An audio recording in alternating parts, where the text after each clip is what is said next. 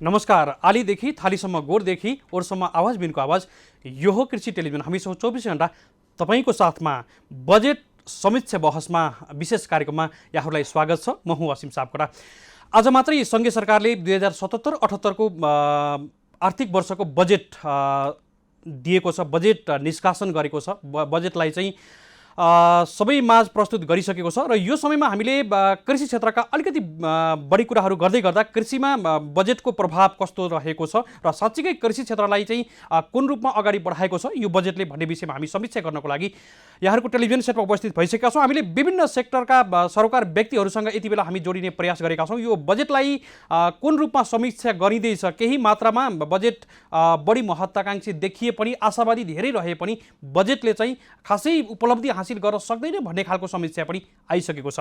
सामान्यतया बजेटलाई आय र व्ययको विवरण भनिए पनि बजेट गत आर्थिक वर्षको आर्थिक गतिविधिहरूको अभिलेख, चालु आर्थिक वर्षका आर्थिक गतिविधिहरूको चित्रण र आगामी वर्षका लागि गतिविधिहरूको प्रक्षेपित अनुमानको दस्तावेज पनि हो बजेट। तर एसियाली विकास बैङ्कले बजेटलाई आर्थिक गतिविधिहरूको ऐना भनेर परिभाषित पनि गरेको छ।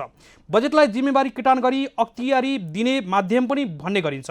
बजेट आवधिक योजनाहरू कार्यान्वयन गर्ने माध्यम पनि हो। शाब्दिक रूपमा हेर्ने भने BUDGET अर्थात् बजेट शब्द ल्याटिन भाषाको BAUGE अर्थात् बग र फ्रेन्च भाषाको BAUGETTLE बाट आएको शब्द हो, अर्थात् छालाको सानो थैली भन्ने बुझिन्छ। विश्वमा बजेट पद्धतिको सुरुवात सन् 1733 बाट बेलायतबाट सुरुवात भएको थियो। जति बेला बेलायतका तत्कालीन प्रधानमन्त्री रबर्ट वालपोलले कालो छालाको झोला राखी बजेट पेश गरेका थिए।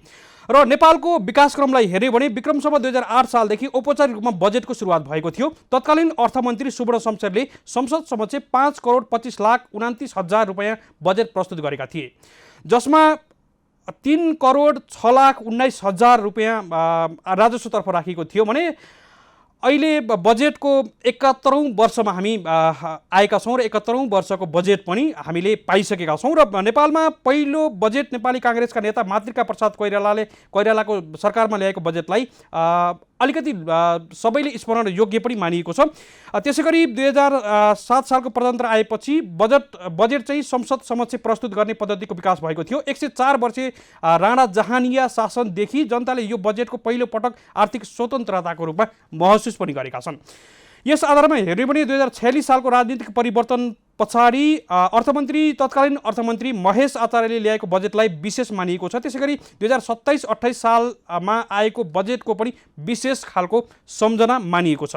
त्यसै गरी 2061-62 सालमा पहिलो पटक नेपालको बजेटको आकार बढेको पनि थियो र त्यसलाई पनि विशेष सम्झना योग्य मानिएको छ। र 2072 वैशाख 12 गते भूकम्प गए पछाडि पुनर्निर्माणका लागि तत्कालीन अर्थमन्त्री डाक्टर रामशरण महतले ल्याएको बजेटलाई पनि अलिकति सम्झना योग्य मानिएको छ। र विविध बावजुद विकासक्रम सँगसँगै बजेटको अहिलेको अवस्थामा आउँदै गर्दा विशेष गरी हामीले कृषि क्षेत्रमा समेटेका कुराहरूलाई यति बेला समेट्ने प्रयास गरेका छौँ। र यो बजेटले कुन कुन कुरालाई समेट्न सकेको छ भन्ने हामीले विभिन्न व्यक्तिहरूसँग जोडिने प्रयासमा पनि रहेका छौँ। र बजेटलाई केही महत्त्वाकांक्षी अथवा हामी धेरै आशावादी भए पनि त्यति धेरै कार्यक्रममा समेट्न सकिएन भन्ने खालका कुराहरू यत्रतत्र आइ पनि सकेका छन्। यो बिचमै करिब आधा घण्टा बजेट सकिएको समय यो बिचमा पनि धेरै कुराहरू कृषि क्षेत्रको लागि खासै काम हुन सक्ने छैनन् भन्ने खालका कुराहरू आउँदै गर्दा पनि हामीले कृषि क्षेत्रका लागि छुट्याएको बजेट र यसले कसरी काम गर्नुपर्छ भन्ने विषयलाई पनि यति बेला हामीले जोड दिने प्रयास गरेका छौँ। र हामीले यति बेला विभिन्न व्यक्तिहरूसँग जोडिने क्रममा पनि रहेका छौँ र हामी अब टेलिफोनमा कुराकानी गर्दैछौँ। हामीले टेलिफोन लगाउने क्रममा पनि रहेका छौँ। कन्ट्रोल रुमका साथीहरूलाई यति बेला हामीले अगाडि भनेका व्यक्तिहरूलाई टेलिफोन लगाउनको लागि हामी आग्रह पनि गरेका छौँ। र बजेट समीक्षालाई हेर्दै गर्दा कृषि क्षेत्रले पोहोर साल विगतको वर्षको तुलनामा करिब 10 अर्ब करिब 9 अर्ब बराबरको चाहिँ वृद्धि भएर आएको देखिन्छ। यद्यपि यसले खासै उपलब्धि हासिल गर्न सक्दैन भन्ने खालका कुराहरू पनि आइराखेको छ, किनकि 15% चाहिँ कर्मचारीको तलब वृद्धिको लागि बजेट जाँदै गर्दा करिब 4.5 अर्ब चाहिँ कर्मचारीको तलबमै जाने हुँदा पनि यसले खासै काम गर्न सक्दैन भन्ने खालका कुराहरू पनि आइराखेको छ। यद्यपि हामीले नकारात्मक रूपमा नलिगौँ र यसले गर्न सक्ने काममा विगतका वर्षहरूमा फ्रिजिङ हुने खालका कुराहरू पनि आउँथ्यो र कार्यान्वयन पक्ष मजबुत भएर गयो भने यही बजेट पनि केही मात्रामा भए पनि उपलब्धिमूलक चाहिँ हुन सक्छ भन्ने कुराहरू पनि यति बेला आइराखेको छ। र हामीले केही उद्यमी र हामीले पूर्व महानिर्देशक कृषि विभागका पूर्व महानिर्देशकसँग पनि हामी कुराकानी गर्ने प्रयास गरेका छौँ। त्यसै गरी अन्तर्राष्ट्रिय सामाजिक अभियन्ता सुरजित दत्तसँग पनि हामी कुराकानी गर्दैछौँ बजेटको समीक्षा, कृषि क्षेत्रको बजेटको समीक्षालाई उहाँहरूले कसरी लिनुभएको छ।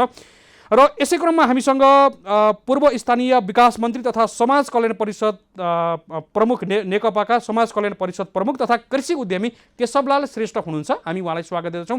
केशवलाल सर नमस्कार, यहाँलाई स्वागत छ। हेलो, हामीसँग केशवलाल श्रेष्ठ हुनुहुन्छ, हामी उहाँलाई स्वागत गर्दैछौँ। उहाँले आवाज सायद सुन्नुभएको छैन होला। हामीले उहाँसँग पनि विशेषतः यो वर्षको कृषि क्षेत्रको बजेटलाई कसरी आकलन गर्नुभएको छ। केशवलाल सर नमस्कार, यहाँलाई स्वागत छ। हजुर नमस्कार सर, मेरो आवाज सुन्दै हुनुहुन्छ यहाँले?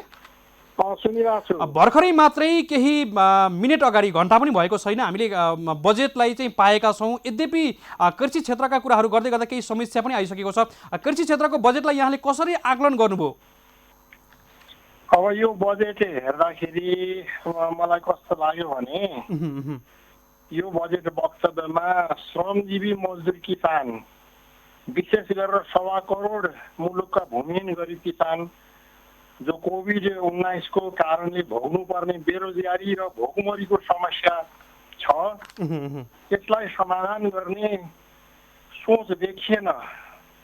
वर्गीय दृष्टिकोण र वर्गीय पक्षधरताको अभाव भएको मैले देखेँ र यो समस्यालाई सम्बोधन हुन सकेन भन्ने मलाई लागेको छ। कमसे कम यो लकडाउनको अवधिभरि भए पनि यो श्रमजीवी मजदुर किसान ज्यालादारी काम गरेर जीवन निर्वाह गर्छन्, उनीहरूलाई लकडाउनको अवधि घरको लागि मात्रै भए पनि दैनिक भत्ता दिनुपर्ने थियो, त्यो हुन सकेन भन्ने चाहिँ लागेको छ। अब दोस्रो कुरा, यो कोरोना भाइरस कोभिड-19ले विश्वव्यापी रूपमा त्रास र सङ्कट फैलाएको छ र मुलुक जटिल अवस्थामा छ। त्यसबाट मुलुकको यस्तो अवस्थामा मुलुकको कृषिलाई नयाँ ढङ्गले प्राकृतिक कृषिको दिशा दिनु पर्थ्यो। मैले चाहिँ क्याटेगोरिकल्ली जिरो बजेट नेचुरल फार्मिङको कुरा गर्दै आएको छु विगत 7-8 वर्षदेखि। र अहिलेकै हाम्रो अर्थमन्त्रीज्यू पहिले राष्ट्रिय योजनाको उपाध्यक्ष हुँदाखेरि पनि मैले यो चाहिँ मुलुकलाई चाहिँ जिरो बजेट नेचुरल फार्मिङको प्रविधि अनुसार अगाडि बढाउन सकियो भने 7-8 वर्षभित्रमा मुलुकलाई रासायनिक विषादी मुक्त प्राङ्गारिक नेपाल बनाउन सकिन्छ भन्ने कुरा राखेको थिएँ। र यो बिचमा पनि मैले अर्थ मन्त्रालय, कृषि मन्त्रालय, भूमि व्यवस्था, सहकारिता र गरिबी निवारण मन्त्रालय, राष्ट्रिय योजना आयोगमा विशेष अनुरोध गरेका थिएँ कि यो अवस्थामा अब हामीले कृषिलाई नयाँ दिशा दिउँ, जिरो बजेट नेचुरल फार्मिङको चाहिँ नि प्रविधिबाट अगाडि बढाउँ भनेर मैले विशेष अनुरोध गरेका थिएँ। तर त्यो चाहिँ प्रविधिबाट उत्पादन भएको कृषि वस्तु स्वास्थ्यकर स्वच्छ हुन्छ र कोभिडलाई परास्त गर्न सकिन्छ भन्ने पनि मेरो अनुरोध थियो। तर यो चाहिँ सम्बोधन हुन सकेन, मलाई चाहिँ अलिकति दुःख लागेको छ। जस्तो कि केशवलाल सर, विशेष गरी बजेटमा धेरै कुराहरू आशा देखाइएको जस्तो देखियो भन्ने कुराहरू पनि आइराखेको, जस्तो कार्यक्रम चाहिँ नयाँ नयाँ कार्यक्रम देखिए जस्तो भयो, तर अमाउन्ट चाहिँ त्यसको लागि छुट्याइएन। खासै बजेट चाहिँ विगतको वर्षको भन्दा त्यति साह्रो उपलब्धि चाहिँ देखिएको छैन, तिनै पुराना कार्यक्रमहरूलाई मात्रै ल्याइएको छ भन्ने कुराहरू पनि आइसकेको छ यो बिचमा पनि। यसलाई चाहिँ कसरी लिनुभएको छ यहाँले? होइन, त्यही त सिंह कृषिलाई चाहिँ नयाँ दिशा दिनुपर्ने, नयाँ सोच आउनुपर्ने, त्यो चाहिँ हुन सकेन। पुरानो मान्यता, पुरानो सोचलाई नै अगाडि सारियो एक ढङ्गले, तर यो त्यति ठिक भएन। अझै मेरो टिप्पणी चाहिँ के भने, यस्तो कोरोनाले ग्रस्त भएको लकडाउनको स्थितिमा रासायनिक मलको बजेटलाई बढाएर 11 अरब पुर्याउनु कुरा त्यो व्यवहारसँगै हुँदैन। अब धानको खेती हुने बेला भइसक्यो, अहिले बजेट छुट्याएर कहिले आउने हो? यो व्यवहारिकता त्यस्तो चाहिँ देखिएन, कृषि र किसान मैत्री भएको मलाई लागेन। मात्रै होइन, अब अर्को कुरा चाहिँ के भने वैदेशिक रोजगारमा गएको 40-50 लाख युवाहरूमध्ये 2 लाख फर्कन बाध्य हुने स्थिति छ। यसको व्यवस्थापन कसरी गर्ने भन्ने सोच आउनु जरुरी थियो। उनीहरूलाई कृषि क्षेत्रमा नै विशेष गरेर जिरो बजेट नेचुरल फार्मिङमा, च्याउ उत्पादनमा, मौरी पालनमा अग्रसर गराउन सकिएको भए हामीले चाहिँ एकदम बहुमूल्य चाहिँ च्याउ जस्तै यार्को गुम्बाको व्यवसाय खेती त सुरु हो त नेपालमा। हजुर त्यसै गरेर ज्ञानोडरमा लाइन फेयर लगायत बहुमूल्य च्याउहरूको व्यवसाय खेती गर्न तिनै पढे लेखेका युवाहरूलाई चाहिँ प्रोत्साहित गर्न सकिएको भए हामीले लाखौँ होइन करोडौँ होइन अरबौँ रुपियाँ डलर चाहिँ स्वदेशमा भित्राउन सकिने त्यो सम्भावना छ, त्यसलाई चाहिँ देख्न सकेन। अब जस्तो कि केशवलाल सर, हाम्रो करिब करिब 1/3 हाम्रो कृषि क्षेत्रले हाम्रो जिडिपीमा विशेष योगदान पनि दिएको छ। यद्यपि अहिले सहरी विकासको लागि 46 अर्ब, त्यसै गरी खानेपानीको लागि 43 अर्ब छुट्याउँदै गर्दा कृषि क्षेत्रले चाहिँ त्यति पनि बजेट प्राप्त गर्न सकेन भन्ने खालका कुराहरूलाई चाहिँ यहाँले कसरी लिनुहुन्छ? बिल्कुलै भएन। हामीले लगातार वर्षौँदेखि हाम्रो मान्यता के हो, मेरो आफ्नो भनाइ पनि के हो भने कृषि क्षेत्रले जिडिपीमा जति योगदान जुन प्रतिशतमा गरेको छ, कुल बजेटको त्यति नै प्रतिशत चाहिँ कृषि क्षेत्रमा छुट्याइनु पर्छ भनेर हामीले भन्दै आयौँ। पक्कै पनि हजुर। यसपटक झन् त्यो अझै बढी चाहिँ गर्नुपर्छ, किनभने कृषि क्षेत्र नै त्यो एउटा त्यस्तो एउटा क्षेत्र हो जहाँ रोजगारीलाई प्रवर्धन गर्न सकिन्छ र वैदेशिक रोजगारबाट फर्कन बाध्य भएका युवाहरूलाई पनि त्यस क्षेत्रबाट लगाएर वैदेशिक रोजगारमा भन्दा बढी रकम यहीँ आम्दानी गराउन सकिन्छ, मुनाफा दिन सकिन्छ। त्यसबाट यो अहिले करिब 26-27% चाहिँ नै कृषिको योगदान कुल ग्राहक उत्पादनमा देखिन्छ। तर बजेटको अनुपात हेर्दाखेरि त्यो पहिले जस्तै एकदम न्यून, अत्यन्तै न्यून मात्रामा छ। त्यसबाट यसले चाहिँ मुलुकको कृषिलाई चाहिँ आत्मनिर्भर बनाउने र राष्ट्रिय अर्थतन्त्रलाई स्वाधीन र आत्मनिर्भर बनाउने दिशातर्फ योगदान दिन सक्ने देखिँदैन। सर, हामी कुराकानीको अन्तिम खण्डमा छौँ। अब हामीले समीक्षा गर्दै गर्दा कृषि क्षेत्रले अब कति बजेट चाहिँ पूर्णता पाएन अथवा हामीले आशा गरे अनुसार आएन, यो कुरा स्वाभाविक पनि भयो। अन्तिममा छौँ, केही भन्न चाहनुहुन्छ? यो कार्यान्वयन पक्षबाट अझै यही बजेट पनि फ्रिजिङ भएर चाहिँ फिर्ता जाने खालका कुराहरू पनि आउँछन्। यो कार्यान्वयन पक्षबाट चाहिँ कसरी मजबुत हुनुपर्छ भन्ने विषयलाई यहाँले कसरी आकलन गर्नुहुन्छ? होइन, त्यो त मैले आज मात्रै केही चाहिँ नि हाम्रो चाहिँ विज्ञसित मेरो कुराकानी भएको थियो दिउँसो। हजुर। जस्तै युवा स्वरोजगारको लागि जुन फन्ड छुट्याइएको छ, त्यो फन्ड एक किसिमले चाहिँ नि उपयोग नै भएन र त्यो चाहिँ नि फन्ड चाहिँ त्यत्तिकै फ्रिज भएको छ। त्यस्तै गरेर कहीँ चाहिँ कृषि क्षेत्रमा विभिन्न परियोजनामा अनुदानमा छुट्याइएको रकम चाहिँ नि त्यहाँ भ्रष्टाचार भयो, अनियमितता भयो भन्ने चाहिँ एक थरी कुरा त छँदै छ।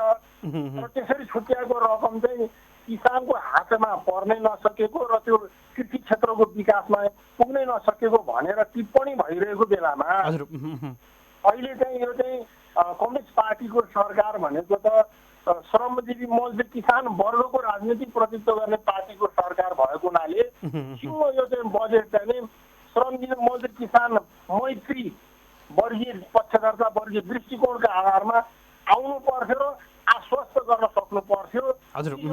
यो कोभिडले आक्रान्त भएर मान्छेले कसरी जीवन बाँच्ने, कसरी भोकमरीलाई सामना गर्ने भन्ने बेलामा कृषि क्षेत्र नै त्यस्तो आधार हो जहाँ चाहिँ नि हामीले प्राकृतिक कृषिको प्रक्रियाद्वारा विज्ञान सम्मत कहीँ चाहिँ मान्यताहरू चाहिँ छन्, विधिहरू चाहिँ छन्, जसको मैले जिरो बजेट सेक्टर फार्मिङको पनि कुरा गरेँ।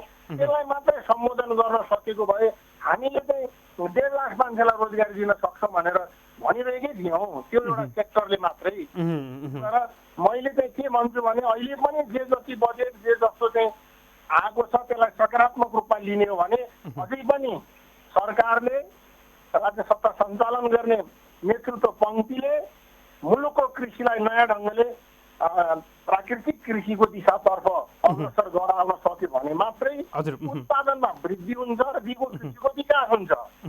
के भ्रम छ मान्छेलाई कि रासायनिक मल र विषादी प्रयोग नगरिकन खेती नै हुँदैन, उत्पादन नै घट्छ भन्ने चाहिँ केही मान्यता छन्।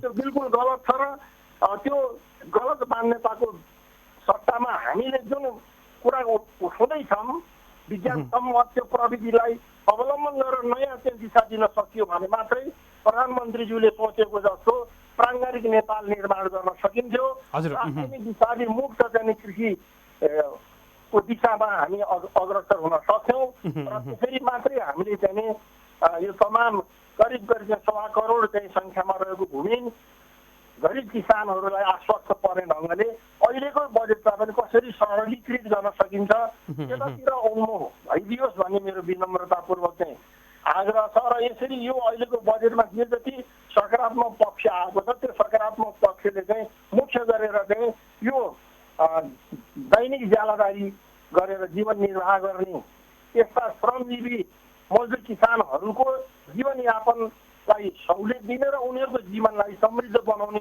दिशामा यो बजेटलाई परिचालन गर्न सकियो भने अझै पनि केही आशा गर्न सकिने सम्भावना चाहिँ छ।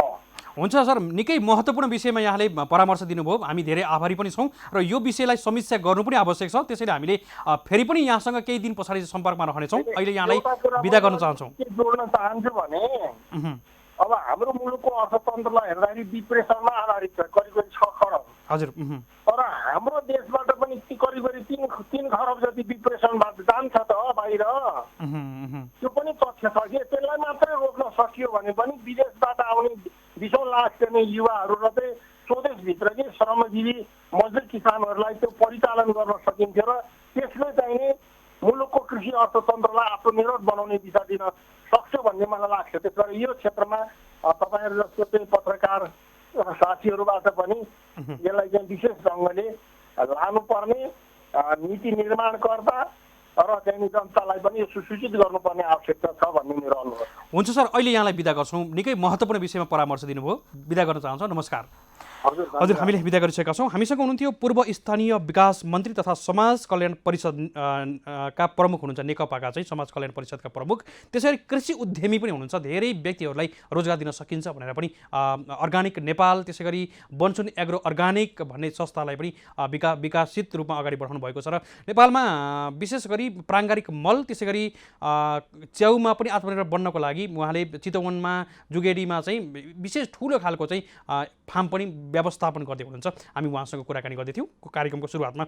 र हामी बजेट समीक्षा बहसमा यति बेला रहेका छौँ। यो विशेष कार्यक्रम हामीले बजेट सकिए पछाडि 2077-78 को बजेट हामीले भर्खरै मात्रै प्राप्त गरेका छौँ र यो बजेटलाई यति बेला हामीले विभिन्न निकायसँग, विभिन्न व्यक्तिहरूसँग, विभिन्न विज्ञ व्यक्तिहरूसँग जोडिने प्रयास पनि गरेका छौँ र कृषि क्षेत्रलाई आएको बजेट सामान्य अर्थमा हेर्दा चाहिँ हामीले केही अमाउन्टको हिसाबले केही वृद्धि देखिए पनि यसले धेरै उपलब्धि हासिल गर्न सक्दैन भन्ने खालका कुराहरू आइसकेका छन्। यद्यपि हामीले यसलाई सकारात्मक रूपमा पनि लिनुपर्छ। हामीले आइसकेको बजेटलाई चाहिँ पूर्णता दिनुपर्छ। हामी कार्यान्वयन पक्षबाट मजबुत भएर चाहिँ यसलाई कार्यान्वयन गर्ने हो भने चाहिँ केही न केही भए पनि यसले उपलब्धि हासिल गर्छ भन्ने कुराहरू पनि आइराखेको छ।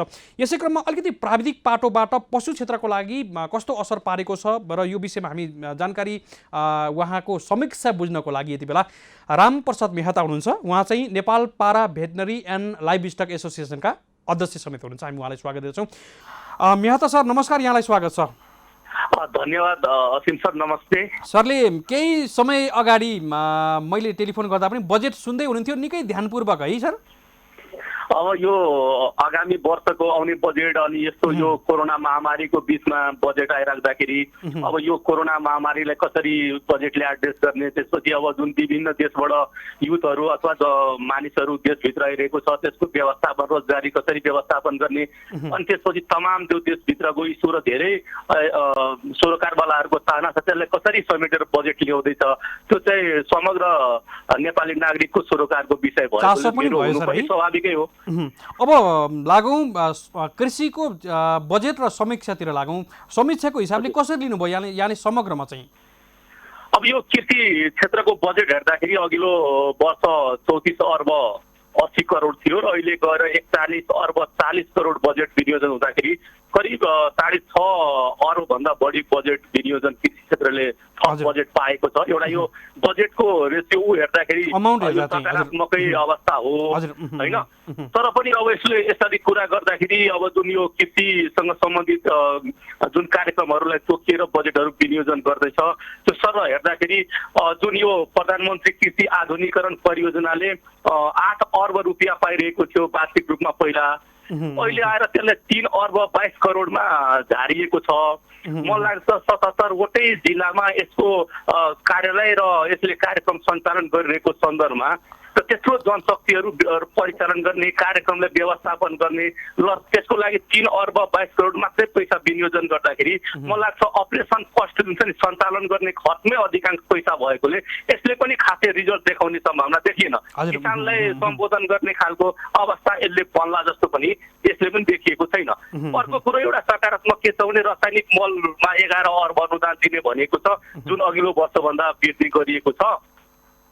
र सँगसँगै एउटा सकारात्मक कुरो के छ भने आगामी वर्ष जुन आउने वर्ष छ त्यसमा सरकारी र मासुमा आत्मनिर्भर हुने हिसाबले चाहिँ यो प्रदेश स्थानीय र सङ्घको 3 वटाको साझेदारीमा चाहिँ यो आत्मनिर्भर हुने कार्यक्रमहरू गभर्मेन्टले ल्याएको देखिन्छ र यो चाहिँ त्यसको लागि अति नै आवश्यक कुरा भए पनि 3 तहकै सरकार बिचमा जुन अहिलेसम्म कुनै खासै चाहिँ तालमेल नभएको अवस्था देखिराख्दाखेरि भोलि यो यस्तो प्रोग्रामहरू पनि इम्प्लिमेन्टेसन हुन कार्यान्वयन हुन सहज हुन्छ र यसले पनि उपलब्धि दिन्छ भन्ने अहिले नै विश्वास गरिहाल्नुपर्ने अवस्था त छैन। तर पनि अब आशा चाहिँ गर्न सकिन्छ यदि ती चाहिँ सरकार बिच कोअर्डिनेसन भयो भने रिजल्ट देखिन्छ र त्यो सम्भावना एकदम न्यून छ। र सँगसँगै एक स्थानीय तह एक पकेट क्षेत्र उत्पादन पकेट क्षेत्र कार्यक्रम सञ्चालन गरिएको छ। यो अति नै आवश्यक कुरा हो किनभने त्यसलाई उत्पादनसँग जोड्न जरुरी छ, तिनै तह उत्पादन क्षेत्रमा कन्ट्रिब्युसन गर्न जरुरी छ र छनौट गरिएको छ। अब यो जुन यो उत्पादनसँग जोडिएको कार्यक्रमहरू छ यसलाई इम्प्लिमेन्टेसन कसरी जान सकिन्छ, कार्यान्वयन पक्षलाई कसरी बलियो बनाएर जान सकिन्छ त्यसमा यसको रिजल्ट रहने भएकोले त्यो पनि अब हेर्नै बाँकी छ। अहिले त्यो हेर्दाखेरि आकर्षक देखे भने भोलि इम्प्लिमेन्टेसन भयो भने रिजल्ट दिने अवस्था रहँदैन। तेस्रो कुरो के छ भने सबै स्थानीय तहमा बजारको पूर्वाधार निर्माण गर्ने भन्ने कुरा गरेको छ। अब एउटा के छ भने किसानले उत्पादन गरेको जुन उत्पादनहरू छ त्यसले चाहिँ बजार नपाइरहेको अवस्थामा यदि बजारसँग उत्पादनलाई लिङ्केज गर्न सक्ने अवस्था बनियो भने यसले चाहिँ उत्पादनलाई बजारीकरण गर्ने र किसानले चाहिँ उचित मूल्य पाउने अवस्था बन्छ। यसलाई सकारात्मक रूपमै लिन सकिन्छ। अर्को के भनेको छ भने 200 भन्दा बढी स्थानीय तहहरूमा चाहिँ यो भण्डार केन्द्रहरू स्थापना गर्ने भनेर 1 अर्ब रुपियाँ विनियोजन गरिएको देखिन्छ। अब यो खाद्य वस्तुले भण्डारण गर्ने, परिचालन गर्ने, अब यसको सबै संयन्त्रहरू बनाउँदाखेरि मलाई लाग्दछ यो वर्ष आगामी वर्षको अन्तिमतिर पुग्ला र यो इम्प्लिमेन्टेसन गर्न पनि त्यति सहज अवस्था छैन।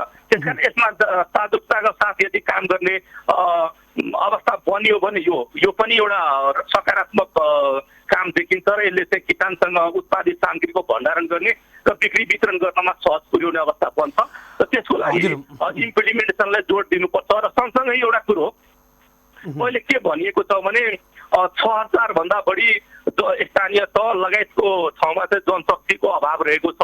अहिले जुन 3001 गाविस प्राविधिकहरू विभिन्न स्थानीय तहमा बसेर सेवा गरिरहेको अवस्थामा अहिले त्यो एक गाविस प्राविधिकलाई आवश्यक पर्ने जुन 1 अर्ब भन्दा बढी बजेट हुन्छ त्यो पनि विनियोजन गरिएको छैन।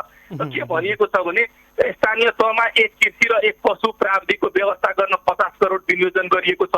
अब 6000 रिक्त दरबन्दीको अब पूर्ति गर्न पनि सबै रोक लागेको छ। तपाईँले पनि बजेट सुन्नुभयो। अब जुन रिक्त रहेको सरकारी निकायको जति दरबन्दीहरू छ सबैमा पूर्ति गर्न रोक लागेको अवस्था छ हैन। र 3000 जुन प्राविधिकहरू विभिन्न स्थानीय तहमा काम गरिरहेको छ त्यसको लागि पनि आवश्यक बजेट छुटिएको र जम्मा 50 करोड बजेट विनियोजन गरिएको छ। त्यसले गर्दाखेरि जुन प्राविधिक सेवा छ त्यो चाहिँ अब किसानहरूले पाउने सम्भावना चाहिँ एकदम न्यून छ र यो प्राविधिक जनशक्ति बेगर कार्यक्रमलाई प्रभावकारी रूपमा कार्यान्वयन गर्ने अवस्था पनि बन्दैन। त्यसकारण यो जनशक्ति अभावले यो उल्लेखित कार्यक्रमहरू सञ्चालन गर्न चाहिँ एकदम कठिनाइ हुन्छ र यो रिजल्ट ओरिएन्टेड हुँदैन। त्यसकारण स्थानीय तहमा कार्यरत रहेको कम्तीमा 1 गाविस 1 प्राविधिकहरूलाई अब 50 करोड भन्दा बाहेक थप कति बजेट चाहिन्छ त्यसको चाहिँ पछि गभर्मेन्टले थपेर पूर्णता दिन आवश्यक छ। र जनशक्ति व्यवस्थापन भएन भने मलाई लाग्दछ यति धेरै जुन कार्यक्रमहरू सङ्घीय सरकारले डिजाइन गरिएको छ त्यो चाहिँ इम्प्लिमेन्टेसन हुँदैन र रिजल्ट निकाल्न पनि एकदमै कठिन हुन्छ भन्ने कुरो मैले यहाँ बिचमा राखेँ। सानो एउटा कुरो थपेँ, कृषि अनुदानमा पुनरावलोकन गरी सङ्घ प्रदेश र स्थानीय तहमा दोहोरो नपर्ने गरी सञ्चालन हुने जुन किसिमको नीति अहिले सङ्घीय सरकारले लिएको छ एकदम सकारात्मक छ। किनभने अनुदानमुखी हाम्रो जुन किसानहरू हुनुहुन्थ्यो, किसान भन्नु वास्तविक किसान पनि नभनौँ, बिचमा चाहिँ यो अनुदान लिने खाने खालको जुन एउटा प्रवृत्ति देखिएको थियो यसलाई चाहिँ व्यवस्थापन गर्न, यसलाई न्यूनीकरण गर्न यसले चाहिँ मद्दत गर्छ। र सँगसँगै यसपालि चाहिँ लिफ्ट र सोलर सिँचाइलाई चाहिँ प्राथमिकता ल्याएर 1 अर्ब बजेट छुट्याएको छ। यसले सिँचाइलाई समग्रमा यसले सिँचाइको कामलाई मद्दत गरे पनि अघिल्लो वर्षको तुलनामा यसपालि सिँचाइमा पनि बजेटहरू कम गरिएको अवस्था छ। त्यसकारण सिँचाइ बेगर कृषि कार्य गर्न बहुत कठिन हुने भएकोले त्यसलाई चाहिँ गभर्मेन्टले उचित ढङ्गले एडजस्ट गर्नु पर्थ्यो, जुन चाहिँ यसले पनि समस्या पैदा हुन्छ। किन समग्रमा हेर्दाखेरि यो बजेट चाहिँ बजेटको भोल्युमको हिसाबले पहिलेभन्दा अहिले बजेटको लगभग 6.5 अर्बभन्दा बढी बजेट बढेको छ र कतिपय नयाँ ढङ्गले कार्यक्रम परिचालन गरे पनि कार्यान्वयन पक्षलाई बलियो बनाउन सकेमा यसले रिजल्ट निकाल्छ। यदि हुन सकेन, 3 तहको सरकार बिच कोअर्डिनेसन हुन सकेन र इम्प्लिमेन्ट सही ढङ्गले हुन सकेन भने मलाई लाग्छ ती राम्रो कार्यक्रमहरू पनि भोलि गएर रिजल्ट नहुने खालको अवस्था पनि बन्छ। त्यसमा चाहिँ अब अहिले चाहिँ किनै अब गभर्मेन्ट चाहिँ सचेत भएर लाग्नुपर्छ र सँगसँगै जनशक्ति व्यवस्थापनको लागि जुन अहिले उत्पादन हुने स्थानीय तहमा जनशक्तिको 6000 भन्दा बढी कृषि र पशुसेवा तर्फको दरबन्दी कम छ र अहिले जुन एक गाविस एक प्राविधिकको पनि आवश्यक तलब भत्ताको विनियोजन नगरेको सन्दर्भमा आवश्यक जुन 50 करोडमा आवश्यक पैसाहरू थप गरेर उनीहरूको परिचालन हुने र उसलाई ठोस रूपमा अगाडि बढाउने खालको अवस्था चाहिँ राज्यले सिर्जना गर्नुपर्छ। सर हामी अन्तिममा छौँ। जस्तो यहाँले जोडेकै प्रसङ्गमा मैले जस्तो कृषि त्यसै गरी भेटनरी पढेका विद्यार्थीहरूलाई चाहिँ पढाइसँगै आय आर्जनको लागि पनि प्रेरित गरिनेछ, यो खालको कार्यक्रम रहनेछ भन्ने कुरा चाहिँ शब्दमा चाहिँ आयो। यहाँनिर लागू हुने कुरामा चाहिँ निकै गाह्रो छ भन्ने प्रसङ्ग भन्न मिल्ला? अब यस्तो छ, अब त्यो तालिम प्राप्त भएको जनशक्तिहरूले परिचालन गर्ने कुरा एकदम सकारात्मक कुरा भयो, तर त्यसलाई ठोस रूपमा ल्याइएको छैन। जुन अध्ययनरत जनशक्तिहरूले स्वयंसेवकको रूपमा परिचालन गर्ने कुरा छ, त्यो त योभन्दा अघिल्लो बजेटमा पनि त्यो कुरो बोलेको थियो, एक ठाउँमा पनि परिचालन भएन, खासै त्यसले रिजल्ट पनि दिन सकेन। त्यसकारण ठोस रूपमा जुन कुरा त्योलाई एड्रेस गर्नु पर्थ्यो त्यो ढङ्गले त्यो पनि आएको छैन। जस सम्बोधन गरिएको छ, इम्प्लिमेन्टेसन होला नहोला त्यसको कुनै ठोस आधार पनि निर्धारण गरिएको छैन।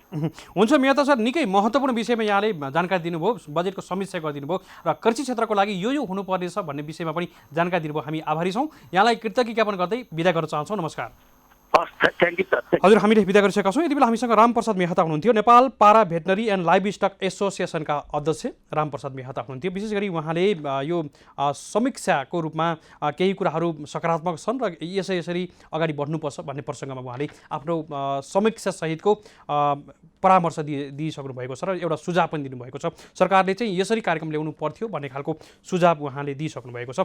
हुन त हामीले यो आम वर्गका यति बेला आम किसान वर्गले कार्यक्रम हेर्दै गर्दा यहाँहरूका पनि हामीले सुझाव लिनुपर्ने हो। यद्यपि हामीले समय अभावको कारणले हामीले विभिन्न विज्ञ व्यक्तिहरूसँग हामीले समीक्षा गरिराखेका छौँ र हामी यति बेला बजेट समीक्षा विशेष बहसमा रहेका छौँ र कार्यक्रम हामीले यो बजेटको समीक्षा गर्दै गर्दा कृषि क्षेत्रलाई नजिक ल्याएका छौँ। हामीले कृषि क्षेत्रको समीक्षा गरिराखेका छौँ। कृषि क्षेत्रको लागि पर्याप्त बजेट हो त, अथवा कृषि क्षेत्रको लागि के कार्यक्रमहरू नयाँ आउँदैछन्, अथवा बजेटले कसरी समेट्न सक्छ भन्ने विषयमा पनि हामी यति बेला केन्द्रित भइरहेका छौँ। र यति बेला हामीसँग कृषि विभागका पूर्व महानिर्देशक डाक्टर डिलराम शर्मा हुनुहुन्छ। हामी उहाँलाई स्वागत गर्दछौँ। डाक्टर साहब नमस्कार, यहाँलाई स्वागत छ। नमस्ते। दर्शनजी। डाक्टर साहब, यहाँले पनि मैले केही समय घन्टा भनौँ 1 घन्टा अगाडि फोन गर्दा बजेटमा निकै ध्यान दिएर सुन्दै हुनुहुन्थ्यो है, अनि बजेटको समीक्षा गर्दै गर्दा समग्र रूपमा कृषि क्षेत्रको बजेटलाई कसरी लिनुभयो यहाँले? धन्यवाद। मैले राम्ररी बजेट चाहिँ सुने है। हजुर।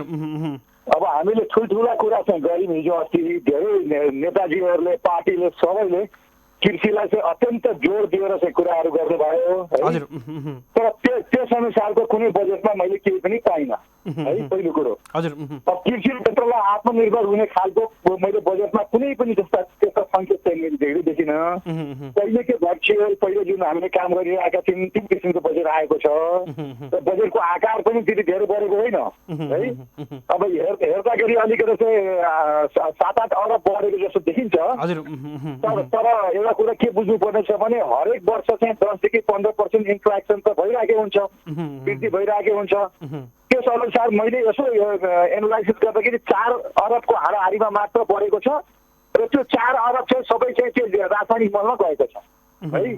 भनेपछि अरू कुनै कार्यक्रममा चाहिँ त्यो बजेटको चाहिँ त्यस्तो किसिमको उत्कृष्ट कार्य कृषिबाट होला जस्तो मैले देखेकै छैन।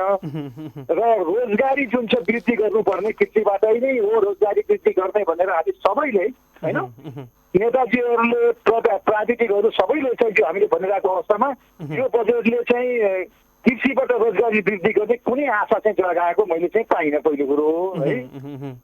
अब दोस्रो कुरो के छ भने खास गरेर अब यो मन्त्रीज्यूले जुन कृषि मन्त्रीज्यूले बडा मेहनतका साथ जुन 5 वटा उहाँले स्ट्राटेजी ल्याउनु भएको थियो त्यो 5 वटा स्ट्राटेजीलाई छोडेको भनेको एउटा अलिकति रासायनिक मलमा 4 अरब जति वृद्धि गरेकोमा अलिकति छुइएको छ। त्यसदेखि बाहेक अरू त्यो 4 स्ट्राटेजीमा कुनै बजेटले त्यस्तो किसिमको चाहिँ कुनै उल्लेखनीय चाहिँ किसिमको चाहिँ बजेटबाट आएको मैले चाहिँ धेरै देखिनँ है। अब प्राविधिकको कुरा गर्नुहुन्छ भने एक गाउँ एक प्राविधिक भनेर त हामीले 5-7 वर्ष अगाडिदेखि नै सुरु गरेको हो। त्यो प्राविधिकलाई पैसा दिन नसकेर तलब दिन नसकेर त्यो प्राविधिकहरू विचारहरू घरमा गएर सुतेर बसिरहेछन् है। कुरो बुझ्नु भएन, त्यो कुनै नौलो कुरो आएको छैन। अहिले चाहिँ स्थानीय निकायले एउटा प्राविधिक कृषिको र एउटा चाहिँ पशुको राख्ने भन्ने भनिएको छ। त्यो नौलो कुरो पनि होइन, पहिलेदेखि भएको। त्यसको लागि चाहिँ अब कति बजेट छुट्याएको बजेटले पनि त्यो पुग्ने अवस्था मैले देख्दिनँ खास गरेर है। र अब बिउ र सिँचाइमा जुन किसिमले चाहिँ लगानी गर्नुपर्ने थियो त्यो किसिमको पनि देखिएको छैन। र कृषिलाई खास गरेर उत्थान गर्न र रोजगारी वृद्धि गर्ने जुन कुराहरू छन् ठुल्ठुला कुरा त्यो कुनै अर्थ लागेन। र रिसर्चलाई जति हामीले दिनुपर्ने थियो अलिकति महत्त्व कृषिलाई, कृषिको चाहिँ अनुसन्धानलाई, त्यो अनुसन्धानको लागि कुनै विशेष किसिमको बजेट पनि यहाँ आएको छैन। र विशेष गरेर म के भन्छ जान्छु भने बजेट आउँदै कम्तीमा पनि अहिलेको यो कोरोनाको बेलामा कुन बालीमा हामी आत्मनिर्भर हुन्छौँ होइन, र कुन बालीलाई चाहिँ हामीले निर्यात गरेर केही चाहिँ आर्जन गर्न सक्छौँ हामीले डलर भन्ने कुरो त आउनु पर्थ्यो नि त अहिले यस्तो बेलामा। त्यो कुनै किसिमको त्यस्तो बजेटमा त्यो देखिएन। यो बालीमा हामी आत्मनिर्भर हुनेछौँ र यो बालीमा निर्यात गरेर हामी गर्नेछौँ भन्ने कुनै कुरो छैन। त्यसैले समग्रमा चाहिँ पहिलेकै जस्तै बजेट देखिएको छ। त्यस्तो किसिमको जुन किसिमको चाहिँ अहिले कोभिडले गर्दाखेरि कृषिलाई कृषि क्षेत्रमा चाहिँ एकदम व्यापक परिवर्तन हुन्छ, कृषि क्षेत्रलाई सरकारले निकै ठुलो चाहिँ त्यसले चाहिँ महत्त्व दिन्छ र बजेटमा पनि वृद्धि हुन्छ भन्न खोजेको यो 3 देखि 3.5% बजेट आएको छ। त्यो भनेको चाहिँ केही पनि होइन, पहिला पनि त्यति नै थियो है, अलिकति मात्र बढेको। हामीले त के अपेक्षा गरेको थियौँ भने 8-10% बजेट चाहिँ कृषिमा आउला भन्ने अपेक्षा जुन थियो त्यो अपेक्षा रह्यो र यसले चाहिँ उत्साह चाहिँ दिन सकेन। र कृषकलाई पनि तपाईँको चाहिँ किसान नेत्री पनि यो बजेट चाहिँ मैले चाहिँ देखेन। यद्यपि डाक्टर साहब यो भूमि व्यवस्थाको कुरा, भूमि बैंकको कुरा, त्यसै गरी महिलाहरूलाई पनि भूस्वामित्वको कुरा र भूमिको व्यवस्थाको लागि पहल गर्ने खालको कार्यक्रम चाहिँ हो कि जस्तो पनि देखिन्छ। यसलाई चाहिँ कसरी लिनुहुन्छ यहाँले? होइन, त्यो राम्रो छ। त्यसमा चाहिँ भूमि बैंकको जुन कुरा आएको छ है, अब त्यो कुरा चाहिँ असाध्यै राम्रो हो।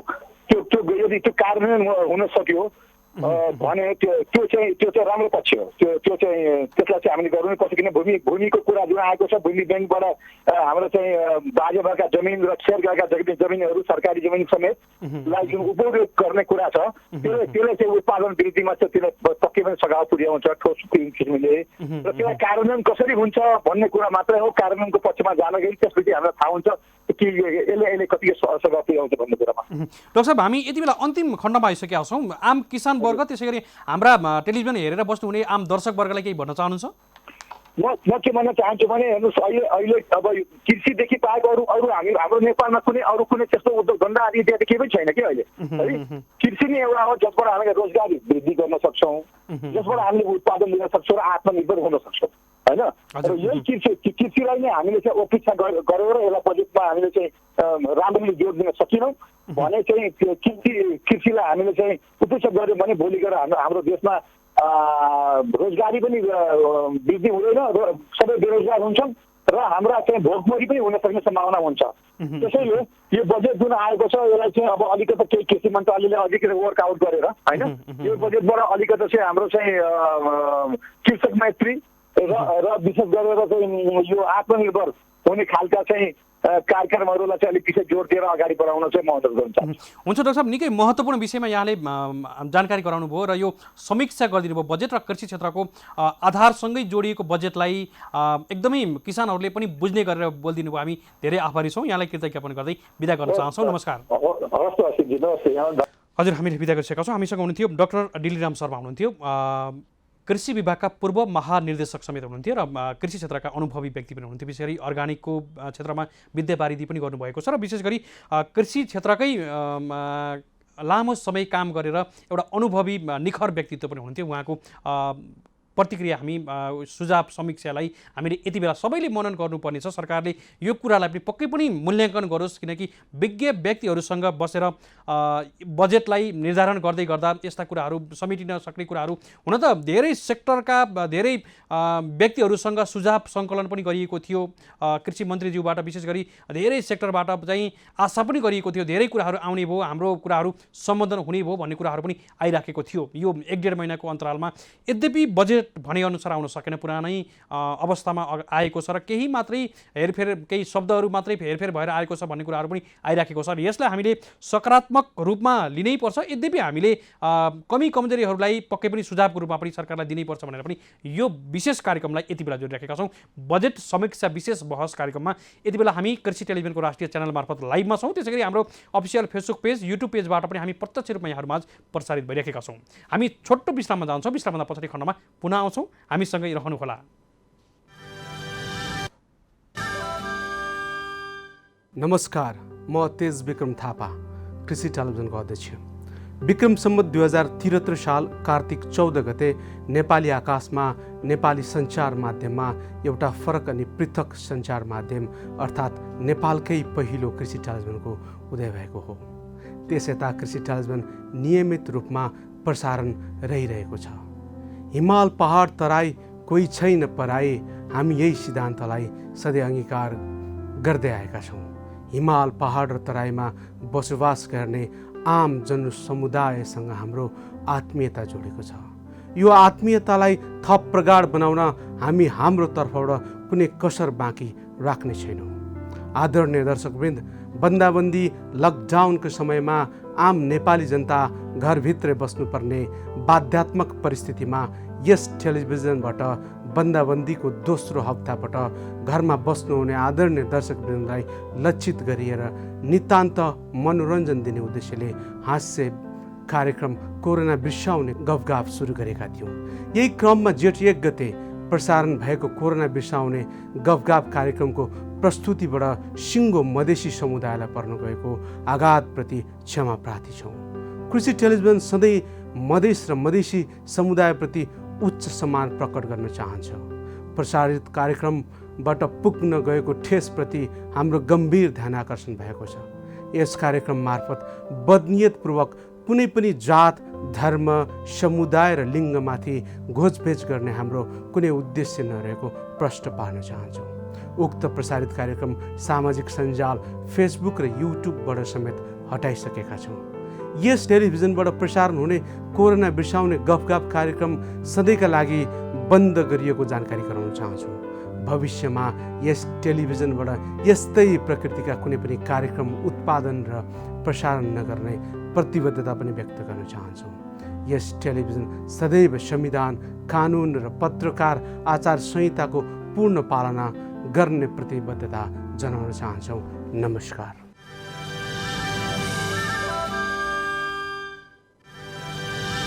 हजुर, विश्राम सँगसँगै कार्यक्रममा पुनः स्वागत छ। नमस्कार, हामी कार्यक्रम विक्रम थापा बजेट समीक्षा बहसमा रहेका छौँ विक्रम र कृषि टेलिभिजनको विशेष प्रस्तुति हो। हामीले केही घण्टा अगाडि मात्रै 2077-78 सालको बजेट आर्थिक वर्षको बजेट हामीले प्राप्त गरेका छौँ र कृषि क्षेत्रमा भइराखेको बजेटलाई यति बेला हामीले समीक्षा गरिराखेका छौँ। प्रस्तुतिमा असीम सापकोटाले यहाँहरूलाई साथ दिइराखेको छु। यति बेला यहाँहरूले हामीलाई देशैभरबाट कृषि टेलिभिजनको राष्ट्रिय च्यानल मार्फत लाइभमा हेर्दै हुनुहुन्छ। त्यसै गरी हाम्रो अफिसियल फेसबुक पेज कृषि टेलिभिजन, त्यसै गरी युट्युब पेजबाट पनि हामी एकैसाथ लाइभमा यहाँहरूमाझ प्रसारित भइरहेका छौँ। र यहाँहरूले मेरो पर्सनल फेसबुक आइडी असीम सापकोटाबाट पनि प्रत्यक्ष रूपमा हेर्दै हुनुहुन्छ। धेरै मित्रहरूले कमेन्ट पनि गर्नुभएको छ बजेटको विषयमा। केही किसानको पक्षमा आएका केही कार्यक्रमहरूलाई पोजिटिभ रूपमा लिनुभएको छ भने किसानलाई समेट्ने खालको बजेट चाहिँ प्राप्त गर्नै सकिएन भन्ने खालको कुराहरू पनि आइराखेको छ। मिलन सापकोटाजीले शुभकामना छ, कार्यक्रम चाहिँ निकै राम्रो तरिकाले उठाउनु भएछ आजको विषय भन्दै हुनुहुन्छ। त्यसै गरी रमेश पाण्डे लगायतका व्यक्तिहरूले चाहिँ कृषि क्षेत्रमा आएका बजेटहरूलाई चाहिँ त्यति साह्रो राम्रोको रूपमा लिनुभएको छैन, नेगेटिभ रूपमा लिनुभएको छ। यद्यपि हामीले यो बजेटलाई विज्ञ व्यक्तिहरूसँग र विशेषतः विभिन्न सरोकार राख्ने व्यक्तिहरूसँग हामी छलफल पनि गरेका छौँ। यो समीक्षालाई यति बेला हामीले प्रत्यक्ष रूपमा हामीले समीक्षा गरिहाल्नुपर्छ भनेर पनि यो विशेष कार्यक्रम तयार गरेका छौँ।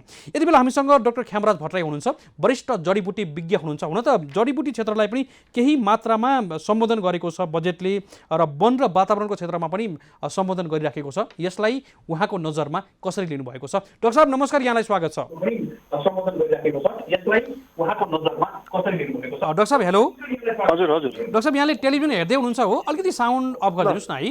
ल मैले टेलिभिजन हेर्न बन्द गरेँ। डाक्टर भट्टराई अहिले ठिक छ, तपाईँको आवाज ठिक छ। यो समग्र रूपमा बजेटको समीक्षालाई कसरी लिनुभयो यहाँले? कृषि क्षेत्रको समीक्षा, अरू क्षेत्रको हामीले गर्न भ्याउँदैनौँ, समय पनि छैन। समग्र भन्दाखेरि हेल्थको सेक्टरमा बजेटले राम्रो गरेको छ। कृषि र वनको सेक्टरमा यो बजेट होपलेस छ। किन होपलेस छ भन्दाखेरि नि अहिले सबैको जाने यो नीति संस्था कार्यक्रम मैले हेर्दाखेरि अब जाने यसपटक सरकारले कृषिमा केही गर्न खोजेको छ जस्तो मलाई लागेको थियो। मान्छेहरूलाई एक्साइटिङ बनाएको पनि थियो। जब आजको मैले बजेट हेर्दाखेरि छ नि, त्यो बजेटले कृषि सेक्टरलाई व्यवसायीकरण गर्ने कुनै पनि मैले बुझा पाइनँ। किनभने यति ठुलो समस्या छ। एउटा त यहाँ समस्या कसरी रहिदियो भन्नुहुन्छ भने अब हाम्रो देशको एग्रिकल्चरले इन्डियाको एग्रिकल्चर प्रडक्टसँग कम्पिट गर्नुपर्ने। त्यहाँ एग्रिकल्चर भनेको हाइली सब्सिडाइज छ। त्यो सब्सिडाइज हरेक सेक्टरमा त्यहाँ सब्सिडाइज छ। हाम्रोभन्दा चाहिँ उन्नत खालको चाहिँ बिउ बिजन र टेक्नोलोजी छ।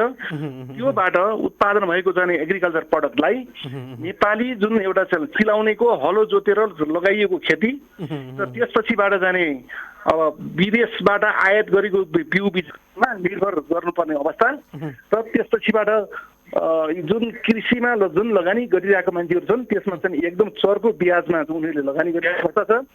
त्यस्तो कृषिबाट इन्डियन प्रडक्टसँग कम्पिट गर्नुपर्ने अवस्था छ। त्यो कम्पिटै गर्न सक्दैन र यसले गर्दाखेरि ठोस कार्यक्रम र प्रायोरिटी के हो त कृषिमा भन्ने खालको कुराहरू मैले कुनै पनि भेटाउन सक्दिनँ। र त्यसपछिबाट चाहिँ यहाँ बिमाको कुरा गरियो। बिमाको कुराहरू गर्दा पनि थुप्रै कन्फ्युजन छ। बिमाको कुरामा चाहिँ कृषि बालीको अहिलेसम्म हामीले चाहिँ बिमा गर्न सकेका पनि छैनौँ। त्यसमा स्पष्ट नीति पनि छैन। र त्यसपछिबाट यो लोनका कुराहरू छन्। लोनका कुराहरू भनेको कृषि व्यवसाय गर्ने कृषकहरूले सहकारीबाट ब्याङ्कबाट चर्को ब्याजमा लिइरहेको अवस्था छ। त्यसलाई कसरी चाहिँ कृषि व्यवसायीहरूले लोन प्राप्त गर्छन्, कुन प्रतिशतमा उनीहरूले चाहिँ लोन प्राप्त गर्छन् भन्ने कुरा पनि स्पष्ट थाहा केही पनि छैन। यसले हेर्दाखेरि चाहिँ कृषि व्यवसायीहरू उत्साहित हुने, उनीहरूलाई इन्करेज गर्ने र यो जाने बजेटले यसलाई व्यवसायीकरण गर्ने र यो जाने जुन कृषिको उत्पादन छ त्यो उत्पादनले भारतीय उत्पादनसँग कम्पिट गर्ने कुनै पनि आधारै देखिन्न। अब डाक्टर साहब जस्तो अलिकति जडीबुटीसँग सम्बन्धित यहाँ विज्ञ पनि हुनुहुन्छ र यहाँले विगतमा पनि सरकारको कर्मचारी भएर काम पनि गर्नुभएको थियो। यद्यपि अहिले वन त्यसै गरी जडीबुटी क्षेत्रलाई अलिकति सम्बोधन गरेको हो कि जस्तो चाहिँ देखिन्छ बाहिरबाट हेर्दा। यहाँले भित्री समीक्षा कसरी गर्नुहुन्छ? यस्तो छ, यो जडीबुटीको सेक्टरमा मैले 2045 सालबाट जब मैले अलिकति यो कुराहरू बुझ्न थालेँ, जब म प्रोफेसनल फिल्डमा काम गर्न थालेँ, हरेक वर्ष चाहिँ के भन्छ सरकारले भन्दाखेरि प्रशोधन केन्द्र जडीबुटीको उत्पादन गरिने छ र प्रशोधन केन्द्र खोलिने छ भन्छ। त्यो भन्दै आएर झन्डै आज 30 वर्षदेखिबाट यो कुराहरू मैले सुन्दै आएको छु। र जडीबुटीको खास समस्या के हो भन्नुहुन्छ नि, जडीबुटीलाई कृषि उपजै मानिन्न र जडीबुटीको चाहिँ जडीबुटी खेती गर्नेलाई ब्याङ्कले लोनै दिँदैन, त्यसको चाहिँ बिमै हुँदैन। यी समस्याहरू कुन चाहिँ बुनाले जाने यसले चाहिँ एड्रेसै गर्न सकेको छैन। त्यस कारण चाहिँ यो वनको सेक्टरमा पनि विशेष गरेर यो जडीबुटीमा त सरकारले त्यो त भन्यो। लास्ट इयर पनि त्यही कुरा भएको थियो। लास्ट इयरबाट कति कार्यान्वयन भयो त? त्यस कारण चाहिँ यो के हुनुहुन्छ भने नि जडीबुटीको सेक्टरमा सरकारको यो चाहिँ जुन एउटा यो बजेट को जुन कार्यक्रम छ बजेटले यसमा एड्रेस गर्न सकेको छैन। एउटा राम्रो पक्ष यसमा के आएको छ भन्नुहुन्छ भने आयुर्वेद उद्योगहरू जुन छ नि, आयुर्वेदिक औषधि बनाउने उद्योगहरूलाई कच्चा पदार्थमा चाहिँ भन्सार जुन जडीबुटी आयात गरेर भन्सार लाग्थ्यो त्यो चाहिँ भन्सारलाई फ्री गरेको छ। यो कुराहरू भनेको यसलाई चाहिँ एप्रिसिएट गर्नुपर्छ, यो राम्रो कदम हो। तर जडीबुटी खेती व्यवसाय गर्ने मान्छेहरूलाई त्यो बजेटले केही पनि जाने यसले केही गरेको केही हुनेवालै छैन। लास्ट इयर पनि यही कुरा भएको थियो, अहिले पनि यस साल पनि त्यही दोहोरिएको छ। डाक्टर साहब हामी अन्तिममा छौँ। जस्तो एउटा समीक्षात्मक रूपमा हेर्ने भने चाहिँ राम्रा पक्षहरू के समेटेको देख्नुहुन्छ यहाँले? राम्रा पक्ष त मैले के भने भन्नुहुन्छ भने जडीबुटीमा यस्तो छ, यो जुन सबैभन्दा महत्त्वपूर्ण कार्यान्वयन पक्ष हो। त्यसपछि कृषिमा केही गर्न खोजी जस्तो त देखिन्छ। तर कस्तो भइदियो भने नि एउटा चाहिँ यो एउटा कुरा के थियो भने एउटा गर्न खोजेको कुरा के भन्दाखेरि जसले चाहिँ जग्गाहरू लिजमा लिएको छ नि, जग्गा लिज लिएको छ, त्यो लिजमा लिने मान्छेहरूलाई अथवा व्यवसायीहरूलाई एउटा चाहिँ कृषि सामग्री किन्दाखेरि तिनीहरूलाई जाने यो जाने भन्सारमा छुट दिने भन्ने खालको कुरा भनेको छ। त्यो एउटा राम्रै मान्नुपर्छ। बिमाको कुरा भनियो, बिमा भन्ने कुरा चाहिँ कृषि बालीको बिमै हुँदैन। अब यहाँ अब के भन्नु पर्थ्यो भन्नुहुन्छ भने नि यो चाहिँ काँक्रा घिरम्ला अथवा चाहिँ तरकारीको अथवा अन्न बालीको अनि फलफुलको यस्तो यस्तो जाने हरेक जाने बालीको जाने यो छुट्टै खालको कार्यविधि बनाएर कृषि बिमा गरिने छ भनिन्छ। र अहिलेसम्म चाहिँ मैले थाहा पाएँ अनुसार चितवनको केरा बालीमा बाहेक यो कृषि बिमा भएको मैले न त कृषक पाएको छु न त त्यसको कार्यविधि बनाएको छ। त्यसले गर्दाखेरि चाहिँ नि यो जाने बिमा भन्ने कुरो त्यति जाने प्र्याक्टिकल्ली जाने त्यो एड्रेस भएको छैन है।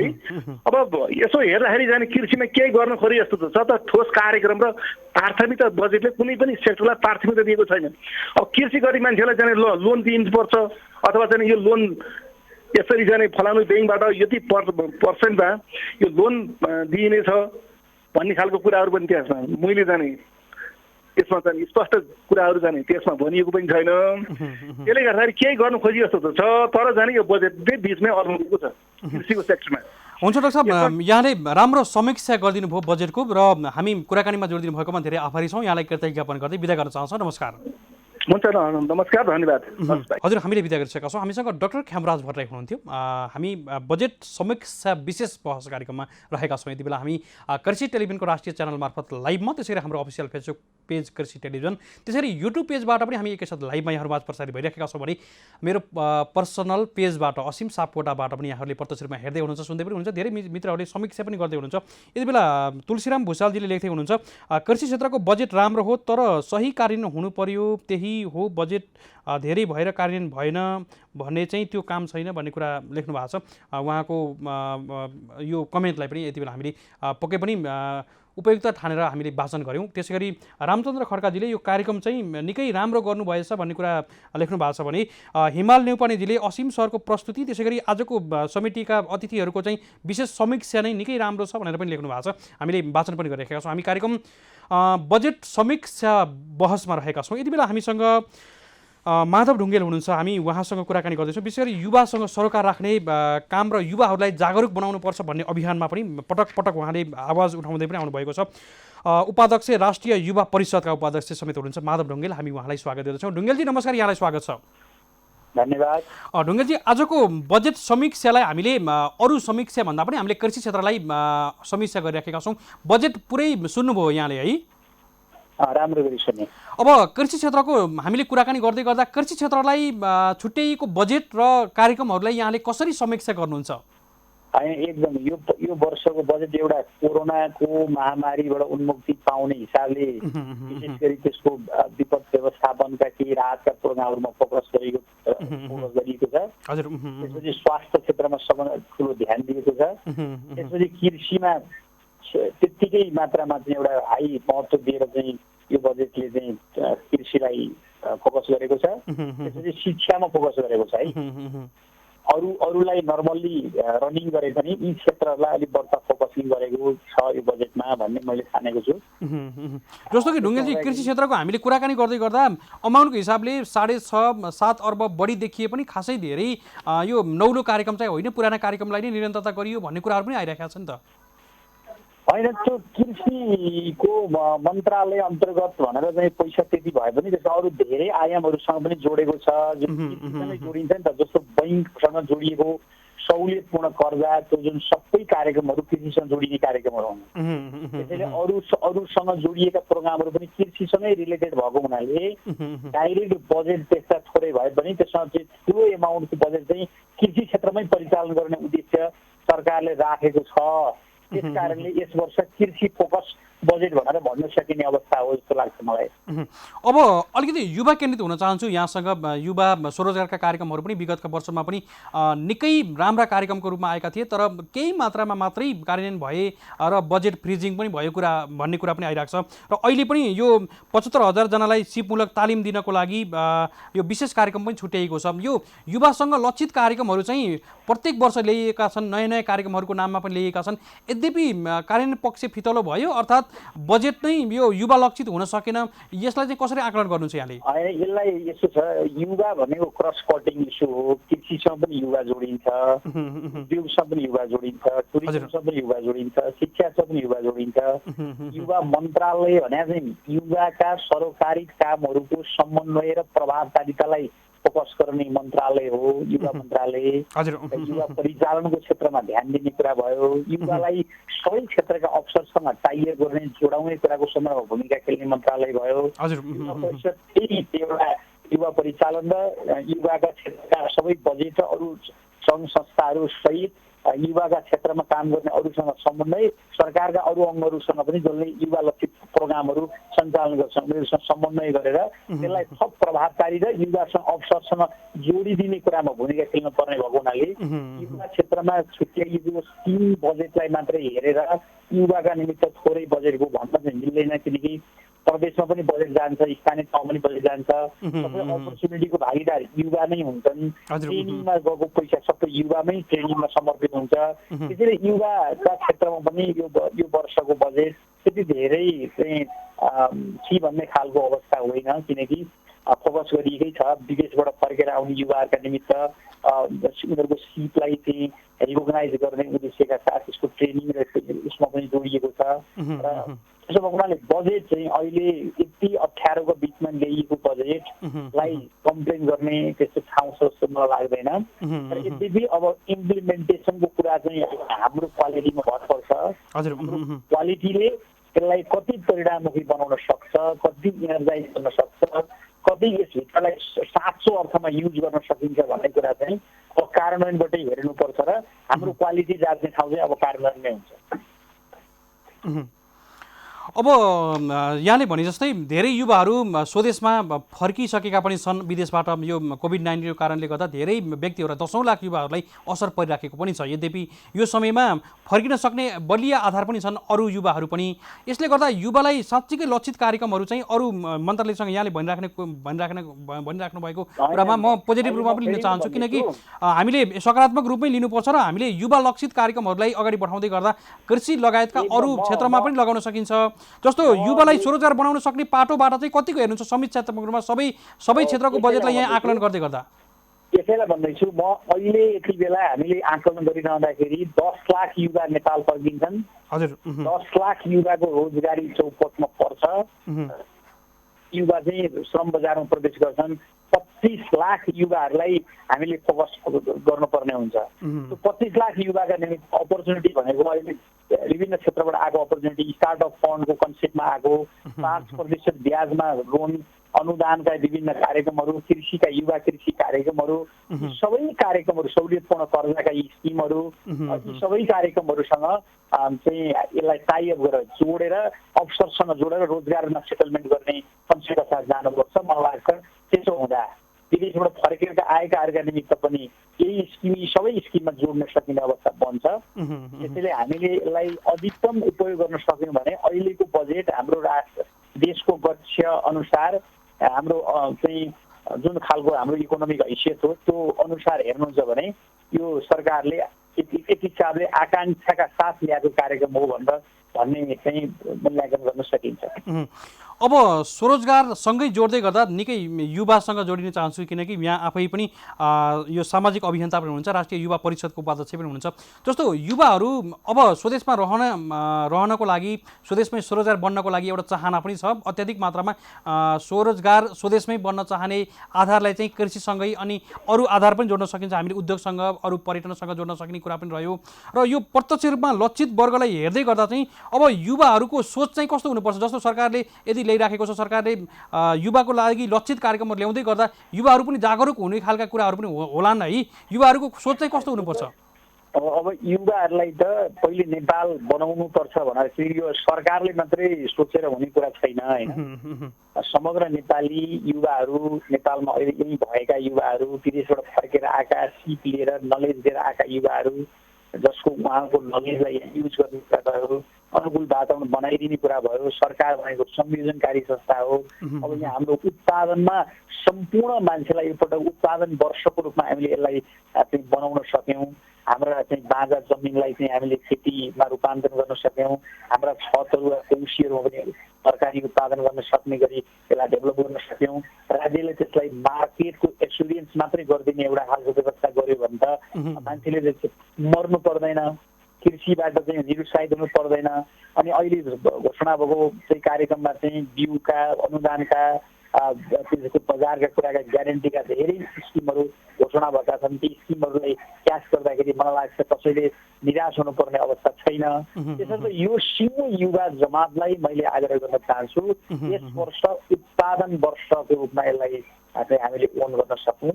आत्मनिर्भर इकोनोमी निर्माण गर्ने, आत्मनिर्भर चाहिँ हाम्रो चाहिँ कृषिजन्य उत्पादनमा चाहिँ हामी आत्मनिर्भरताको एउटा परिस्थिति निर्माण गर्ने, एउटा चाहिँ कोसे ढुङ्गाको रूपमा यो वर्षलाई, यो कोरोनालाई हामीले रूपान्तरण गर्ने अभियानमा हामी जुट्न सक्यौँ भने पक्कै पनि हाम्रो देश एउटा चाहिँ नयाँ इकोनोमिक एउटा पावर सेन्टरको रूपमा हामीले आफूलाई बिस्तारै विकास गरेर लान्छौँ र विकसित देशहरूसँग पनि हामी प्रतिस्पर्धा गर्न सक्छौँ भन्ने कुरालाई एक्सपिरियन्स गर्न सकिन्छ। यो गोल्डन मौका हो, चान्स हो। यस्तो बेला फेरि आउन्न। यो बेला हामीलाई परिस्थितिले हामीलाई यो ठाउँमा ल्याइदिएको छ, यही रूपमा यसलाई ग्रहण गर्नुपर्छ भन्ने सन्देश म युवालाई दिन चाहन्छु। हुन्छ, निकै महत्त्वपूर्ण विषयमा यहाँले समीक्षा गरिदिनु भयो र यो युवा लक्षित कार्यक्रमलाई पनि हामीले पोजिटिभ रूपमा लिनुपर्छ भन्ने कुरामा पनि यहाँले आफ्नो भनाइसँगै यो समीक्षामा जोड दिनुभयो। हामी आभारी पनि छौँ। यहाँलाई बिदा गर्न चाहन्छौँ। नमस्कार। हजुर, हामीसँग हुनुहुन्थ्यो यो विशेषतः युवासँग सम्बन्धित कार्यक्रमको लक्षित व्यक्ति र अभियन्ता पनि हुनुहुन्थ्यो। विशेष गरी सामाजिक अभियन्तासँगै राष्ट्रिय युवा परिषदका उपाध्यक्ष पनि हुनुहुन्थ्यो। हामी उहाँसँग छलफल गर्दैथ्यौँ, माधव ढुङ्गेलसँग। विशेष गरी उहाँले भने जस्तै हामीले हरेक कुरालाई नेगेटिभ रूपमा लिने होइन। हामीले यो पनि भनेका छौँ, यद्यपि कृषि क्षेत्रको लागि नेपालको कुल गृहस्थ उत्पादनमा 33% योगदान दिएको क्षेत्रले यो बजेट पाउनु भनेको कमी नै हो। हामीले हरेक वर्ष भनेका पनि छौँ। यद्यपि हामीले यो क्षेत्रलाई थप प्रवर्धित गर्नको लागि बजेट अपुग भएको कुरा भनेका पनि छौँ। यद्यपि हामीले केही पुराना कार्यक्रमलाई निरन्तरता भयो, नयाँ कार्यक्रममा चाहिँ अलिकति स्पष्टसँग आएन भन्ने खालका कुरालाई मात्रै जोड्न खोजेका छौँ र विभिन्न विज्ञ व्यक्तिहरूबाट पनि त्यही नै कुरा आइराखेको छ। यसै क्रममा हामी अन्य व्यक्तिहरूसँग पनि हामी जोडिने क्रममा रहेका छौँ। हामी अझै कार्यक्रमको केही समय रहन्छौँ। हामी अन्य व्यक्तिहरूसँग, केही किसानसँग पनि, जागरुक किसानहरूसँग पनि हामी जोडिने प्रयासमा पनि रहेका छौँ। र त्यसै गरी रेशम खेतीको प्रबन्धनको लागि रेशम उनको विशेष कार्यक्रमलाई पनि यो बजेटले समेट्ने प्रयास गरेको छ। त्यसै गरी कृषि कर्जामा अझै सहजीकरण गराउनको लागि पनि यो कार्यक्रम अगाडि बढाएको छ। र कृषिमा विशेषतः हामीले यो कुराकानी गर्दै गर्दा कृषि क्षेत्रले धेरैलाई रोजगार बनाउन सक्छ। स्वरोजगार बढाउनको लागि, युवाहरूलाई यो क्षेत्रमा जोड्नको लागि, हामीले निर्यातजन्य बालीहरूलाई अझै प्रवर्धित गर्नको लागि यो क्षेत्रमा बजेट न्यून नै छ। हामीले यति बेला यो भन्न सक्छौँ। र यति बेला हामीसँग अन्तर्राष्ट्रिय अभियन्ता सुरजित दत्त हुनुहुन्छ। उहाँले चाहिँ अहिलेको कृषि क्षेत्रको बजेटलाई कसरी आकलन गर्नुभएको छ हामी उहाँकै अहिलेको समीक्षामा सुन्छौँ। हामी सुरजित दत्तज्यूलाई हामी स्वागत गर्दछौँ। दत्तज्यू नमस्कार, यहाँलाई स्वागत छ। नमस्कार रसिदजी। दत्तज्यू, बजेट पुरै सुन्नुभयो यहाँले? हजुर, पुरै सुने। अब हामी अरू सेक्टरको समीक्षालाई पनि सरसरी रूपमा बताइदिनुहोस् न। यहाँ चाहिँ अन्तर्राष्ट्रिय अभियन्ता पनि हुनुहुन्छ, त्यसैले मैले समग्रमा बजेटलाई कसरी लिनुभयो यहाँले? समग्रमा बजेटलाई एक लाइनमा भन्नुपर्दा यो नेपाली जनताको हकमा छैन, जनताको पक्षमा छैन। नेपाली जनता सबभन्दा बढी कृषिमा आधारित छन्, आश्रित छन् र यो नेपाली जनताको पक्षमा छैन, एक लाइनमा भन्नुपर्दा। अब कृषि क्षेत्रका केही नयाँ कार्यक्रमहरू पनि सम्बोधन भएका देखिन्छन्। हामीले सरस्वती रूपमा हेर्दा अमाउन्टको हिसाबले करिब 7 अर्ब चाहिँ बजेट बढेको देखिन्छ अमाउन्टको हिसाबले करिब। यसलाई चाहिँ यहाँले कसरी लिनु भएको छ समीक्षात्मक रूपमा? अब कृषि क्षेत्रले के कुराहरू पाउँदैछ र के कुराहरू चाहिँ कमी भयो भन्ने कुरा सरस्वती रूपमा राखिदिनुहोस् न यहाँले यति बेला। हजुर, तपाईँलाई पोखरा जानु छ भने पोखरा काठमाडौँदेखि पश्चिम पर्छ, तपाईँ पूर्व हिँड्नु छ भने काठमाडौँदेखि पोखरा पुगिँदैन। यो बजेट जसरी आधुनिक कृषिको नाममा यिनीहरूले अनुदानको नाममा जति यो कुराहरू देखाएको ललिपप देखाएको छ, सबभन्दा पहिले गाइडलाइन गलत के छ भने आजदेखि 30 वर्ष अगाडि हामी जुन कृषि शैली काम गर्थ्यौँ त्यतिखेर किसानको भगाडीमा धान हुन्थ्यो र लकडाउन होस् अथवा राजा महेन्द्रले 18वटा सैनिक पोस्ट मध्ये 17वटा हटाउँदाखेरि भारतीय नाकाबन्दी गर्दा होस् त्यतिखेर नेपाली जनतालाई फरक परेन, किनभने हाम्रो अर्थतन्त्र त्यतिखेर के थियो भने साना अर्थतन्त्र थियो। हाम्रो कस्तो खालको भने घरेलु मोडल थियो, सानो किसानलाई आधारित थियो। हामीलाई आवश्यक सबै कुरा नेपालमा उत्पादन हुन्थे र किसानले उत्पादन गरेको अन्न बाली लगायतका जुट पटुवाहरू लगायतका जति पनि कुराहरू थिए त्यसको उत्पादनले बन्ने पदार्थहरू अथवा कारिगरीहरू सबै यहाँ व्यवस्था थिए, सबै कुरा यही व्यवस्था हुन्थ्यो र साना उद्योग भनेको त्यसलाई समाजले चलाउँछ र ठुलो अहिले नेपाल सरकारले 30 वर्षमा के गर्थ्यो भने ठुलो उद्योगलाई विकासको मोडल ल्याइदिए, बाटोघाटो टावर लगायतका सरकारी खर्च बढाइदिएछन्, कर्मचारीको खर्च बढाइदिएछन्, अनावश्यक बजेट बढाइदिएछन्, हामीमाथि ऋण थोपिदिएको छन् र हामीमाथि के भन्छ करको नामले हामीमाथि दबाइदिएको छन् र अर्थनीति के बनाइदिएको छ भने हामी बाहिरबाट आयात गर्ने अवस्था छौँ र आफ्नो सिप कलाहरू सबैलाई ध्वस्त पारिदिएछन्। यहाँ मूल्य नतोकेर किसानलाई बर्बाद पारिदिएछन् र ठुलो उद्योगलाई सपोर्ट गरेछन् र ठुलो उद्योगले समाज चलाउँछ। साना उद्योग पहिले थियो त्यसलाई समाजले चलाउँथ्यो, अहिले ठुलो उद्योग छ, ठुलो उद्योगलाई सपोर्ट गर्छ सरकारले, ठुलो उद्योगले समाज चलाउँछ। त्यसैले विभेद के भयो भने हामी दिनदिन बहुसङ्ख्यक जनता धेरै गरिब भयौँ र राज्य कोष र राज्यको शक्तिलाई दोहन गरेर मुठीभरका दलाल ठेकेदार नेता कर्मचारी मात्रै धनी भए र आधुनिक कृषिको नाममा जुन यिनीहरूले टेक्नोलोजीलाई भित्राए त्यो टेक्नोलोजी भित्राएको कारणले गर्दा हाम्रो स्थानीय उत्पादन, स्थानीय बिउ, स्थानीय रोजगारी, शिल्प, कला, कारिगरी सबै विस्थापित भए र हामी ऋणी भयौँ। किसान कुनै धनी भएको छैन। चाहे कुखुरा पालन होस्, तपाईँको ब्रोइलर कुखुरा होस्, लेयर कुखुरा होस्, अथवा तपाईँको गाई पालन होस्, जर्सी गाईको पालन होस्, अथवा तपाईँको के भन्छ यो बाख्रा पालन होस्, अथवा जुन खेतीपाती छ त्यो किसानको डाटा निकाल्नु त्यो झन् गरिब भएको छन् र आधुनिकको नाममा जुन अहिले हुँदैछ यो झन् ठुलो रङको खेती हो र प्रजातन्त्र आएपछि अनुदान कसले पाएको छ भने छर्लङ्ग छन्, रियल किसान पाएको छैनन् र यो जति पनि गरेछन् यो सबै पैसा घुमिफिरी फेरि विदेश जान्छन्। हामीमाथि ऋण चाहिँ हामीमाथि थोपिन्छ। मुठीभरका व्यापारी पैसा कमाउने र जुन लोन यिनीहरू विदेशबाट जुन ऋण लिन्छन् हामीलाई सुविधाको नाममा, हामीलाई अनुदानको नाममा, यो झुटको खेती हो। एक लाइनमा भन्नुपर्दा सत्तरी छोटोमा। अब दत्तजी जस्तो हामीले युवाहरू धेरै स्वदेश फर्किँदैछन्, हामीले फर्कि पनि सकेका छन्, फर्किन चाहने अवस्थामा पनि छन्। कोभिड-19 कारणले गर्दा धेरैको रोजगार गुम्नेवाला पनि छ, गुमि पनि सकेको छ। यो अवस्थामा युवालक्षित कार्यक्रमको आकलन गर्दै गर्दा कतिको सफल होलान् युवालक्षित कार्यक्रम र साँच्चीकै युवालाई कृषि क्षेत्रमा लगाउनको लागि बजेट अपूर्ण नै हो? हेर्नुहोस्, बजेट अपूर्व कुरा होइन। यहाँ नियत यिनीहरूको यो सत्तामा बसेको जुन छ शासकहरू, यिनीहरू सबै विदेशीहरू, दलालहरूले ल्याएको शासकहरू हो। यो दलालहरू हो। आज तपाईँको हेर्नुहोस् काठमाडौँमा श्याम शरण जुन छ तपाईँको भारतीय दलाल एउटा, त्यो नेपाललाई जुन आन्तरिक मामला हस्तक्षेप गर्छ त्यो नेपाल आएको छ। हाम्रा नेपाली दाजुभाइहरू क्वारेन्टाइन के भन्छ विदेशबाट नेपाल छिर्नु पर्दा 14 दिन क्वारेन्टाइन बस्नुपर्ने, अनि ऊ चाहिँ को हो, ऊ चाहिँ क्वारेन्टाइनमा बस्नुपर्ने, अनि सिधै यहाँ घुमिफिरिरहेको छ, सब दादागिरी गर्दा चाहिँ हस्तक्षेप गरिरहेको छ। पहिलो कुरा यो शासकको नियत खराब थियो, यो बजेटको कुरा होइन।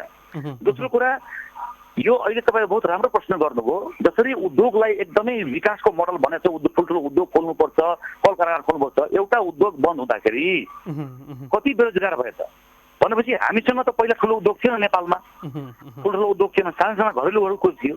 त्यसैले किसानको उत्पादनलाई त्यसमा दुईटा पक्ष जिम्मेदार छ। एक नेपाली जनता स्वयं, अर्को तपाईँको सरकार। सरकारले नेपाली किसानहरूलाई सब्सिडी दिनु पर्छ, तलब दिनुपर्छ। पहिलो कुरा फर्स्ट कुरा तलब दिनुपर्छ र निश्चित तलब दिनुपर्छ र उहाँहरूको सामानको मूल्य दिनुपर्छ। दोस्रो कुरा हामीले आफ्नो लोकल बिउ बिजनलाई नै हामी प्राथमिकता राख्नुपर्छ। जुन हामी परम्परादेखि जुन खेती गर्दै आएको थियौँ त्यो खेतीमा जानुपर्छ। यो आधुनिक नाममा, अर्ग्यानिकको नाममा अथवा तपाईँको बढी उत्पादनका नाममा यो सबै झुटको खेती भइरहेछ। सबै झुट, कोही धनी भएको छैन। बीजको बिचौलिया तपाईँको यो दबाई बेच्ने, केमिकल फर्टिलाइजर बेच्ने, बिउ बेच्ने आयातकर्ता र तपाईँको बीजको बिचौलिया कमाउँछ। किसान धनी हुँदैन कहिले पनि। हामीले अर्ग्यानिक भन्दा पनि वैदिक हिसाबले जुन हाम्रो पहिला हुन्थ्यो त्यसमा जानुपर्छ, नम्बर 1। नम्बर 2, नेपाली जनताले अनावश्यक कुरामा जुन पैसा खर्च गर्छ त्यसले गर्दा लकडाउन होस् अथवा तपाईँको नाकाबन्दी होस् हामी दुःख पाउँछौँ। किसानको सामानमा हामी बार्गेनिङ गर्छौँ। हामीले प्याकेटको खाना आयातित विदेशबाट आयातित सामानलाई हामी बन्द गर्नुपर्छ र यहाँ स्थानीय उत्पादनलाई चाहिँ हामी किन्नुपर्छ। किसानको के भन्छ उत्पादनलाई मूल्य दिनुपर्छ पहिलो कुरा, र त्यसलाई प्राथमिकता राख्नुपर्छ र हाम्रो आवश्यकता जति जे कुरा छ त्यो हाम्रो यहीँको किसानले जुन उत्पादन गर्छ त्यो किसानसँग लिनुपर्छ, मेरो यो मान्यता हो। र सरकारले किसानलाई सब्सिडी स्वरूप स्थानीय जसरी परम्परागत हाम्रो जुन पुरानो बिउ बिजनहरू जुन पद्धति थियो त्यो मौलिकता अभिलेखहरू खोजेर त्यतातिर जानुपर्छ जस्तो लाग्छ। दत्तज्यू, हामी अन्तिम खण्डमा छौँ। यति बेला केही भन्न चाहनुहुन्छ आम दर्शक वर्ग त्यसै गरी किसान वर्गलाई केही भन्न चाहनुहुन्छ यति बेला यहाँले?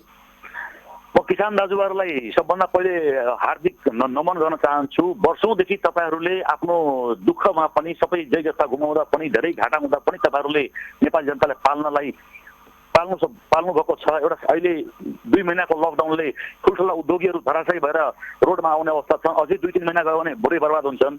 तर यी किसान महान किसान यिनीहरू सलाम गर्ने, हामी वास्तवमा पुज्ने योग्य हुनुहुन्छ। उहाँहरू जति घाटा लागे पनि जति ऋणमा गए पनि उहाँहरूले यो पेसा छोड्नु भएको छैन र छोड्न उहाँहरूलाई बाध्य पारेको छ र विदेशिनु परेको छ, दुःख पाइरहनु पर्छ।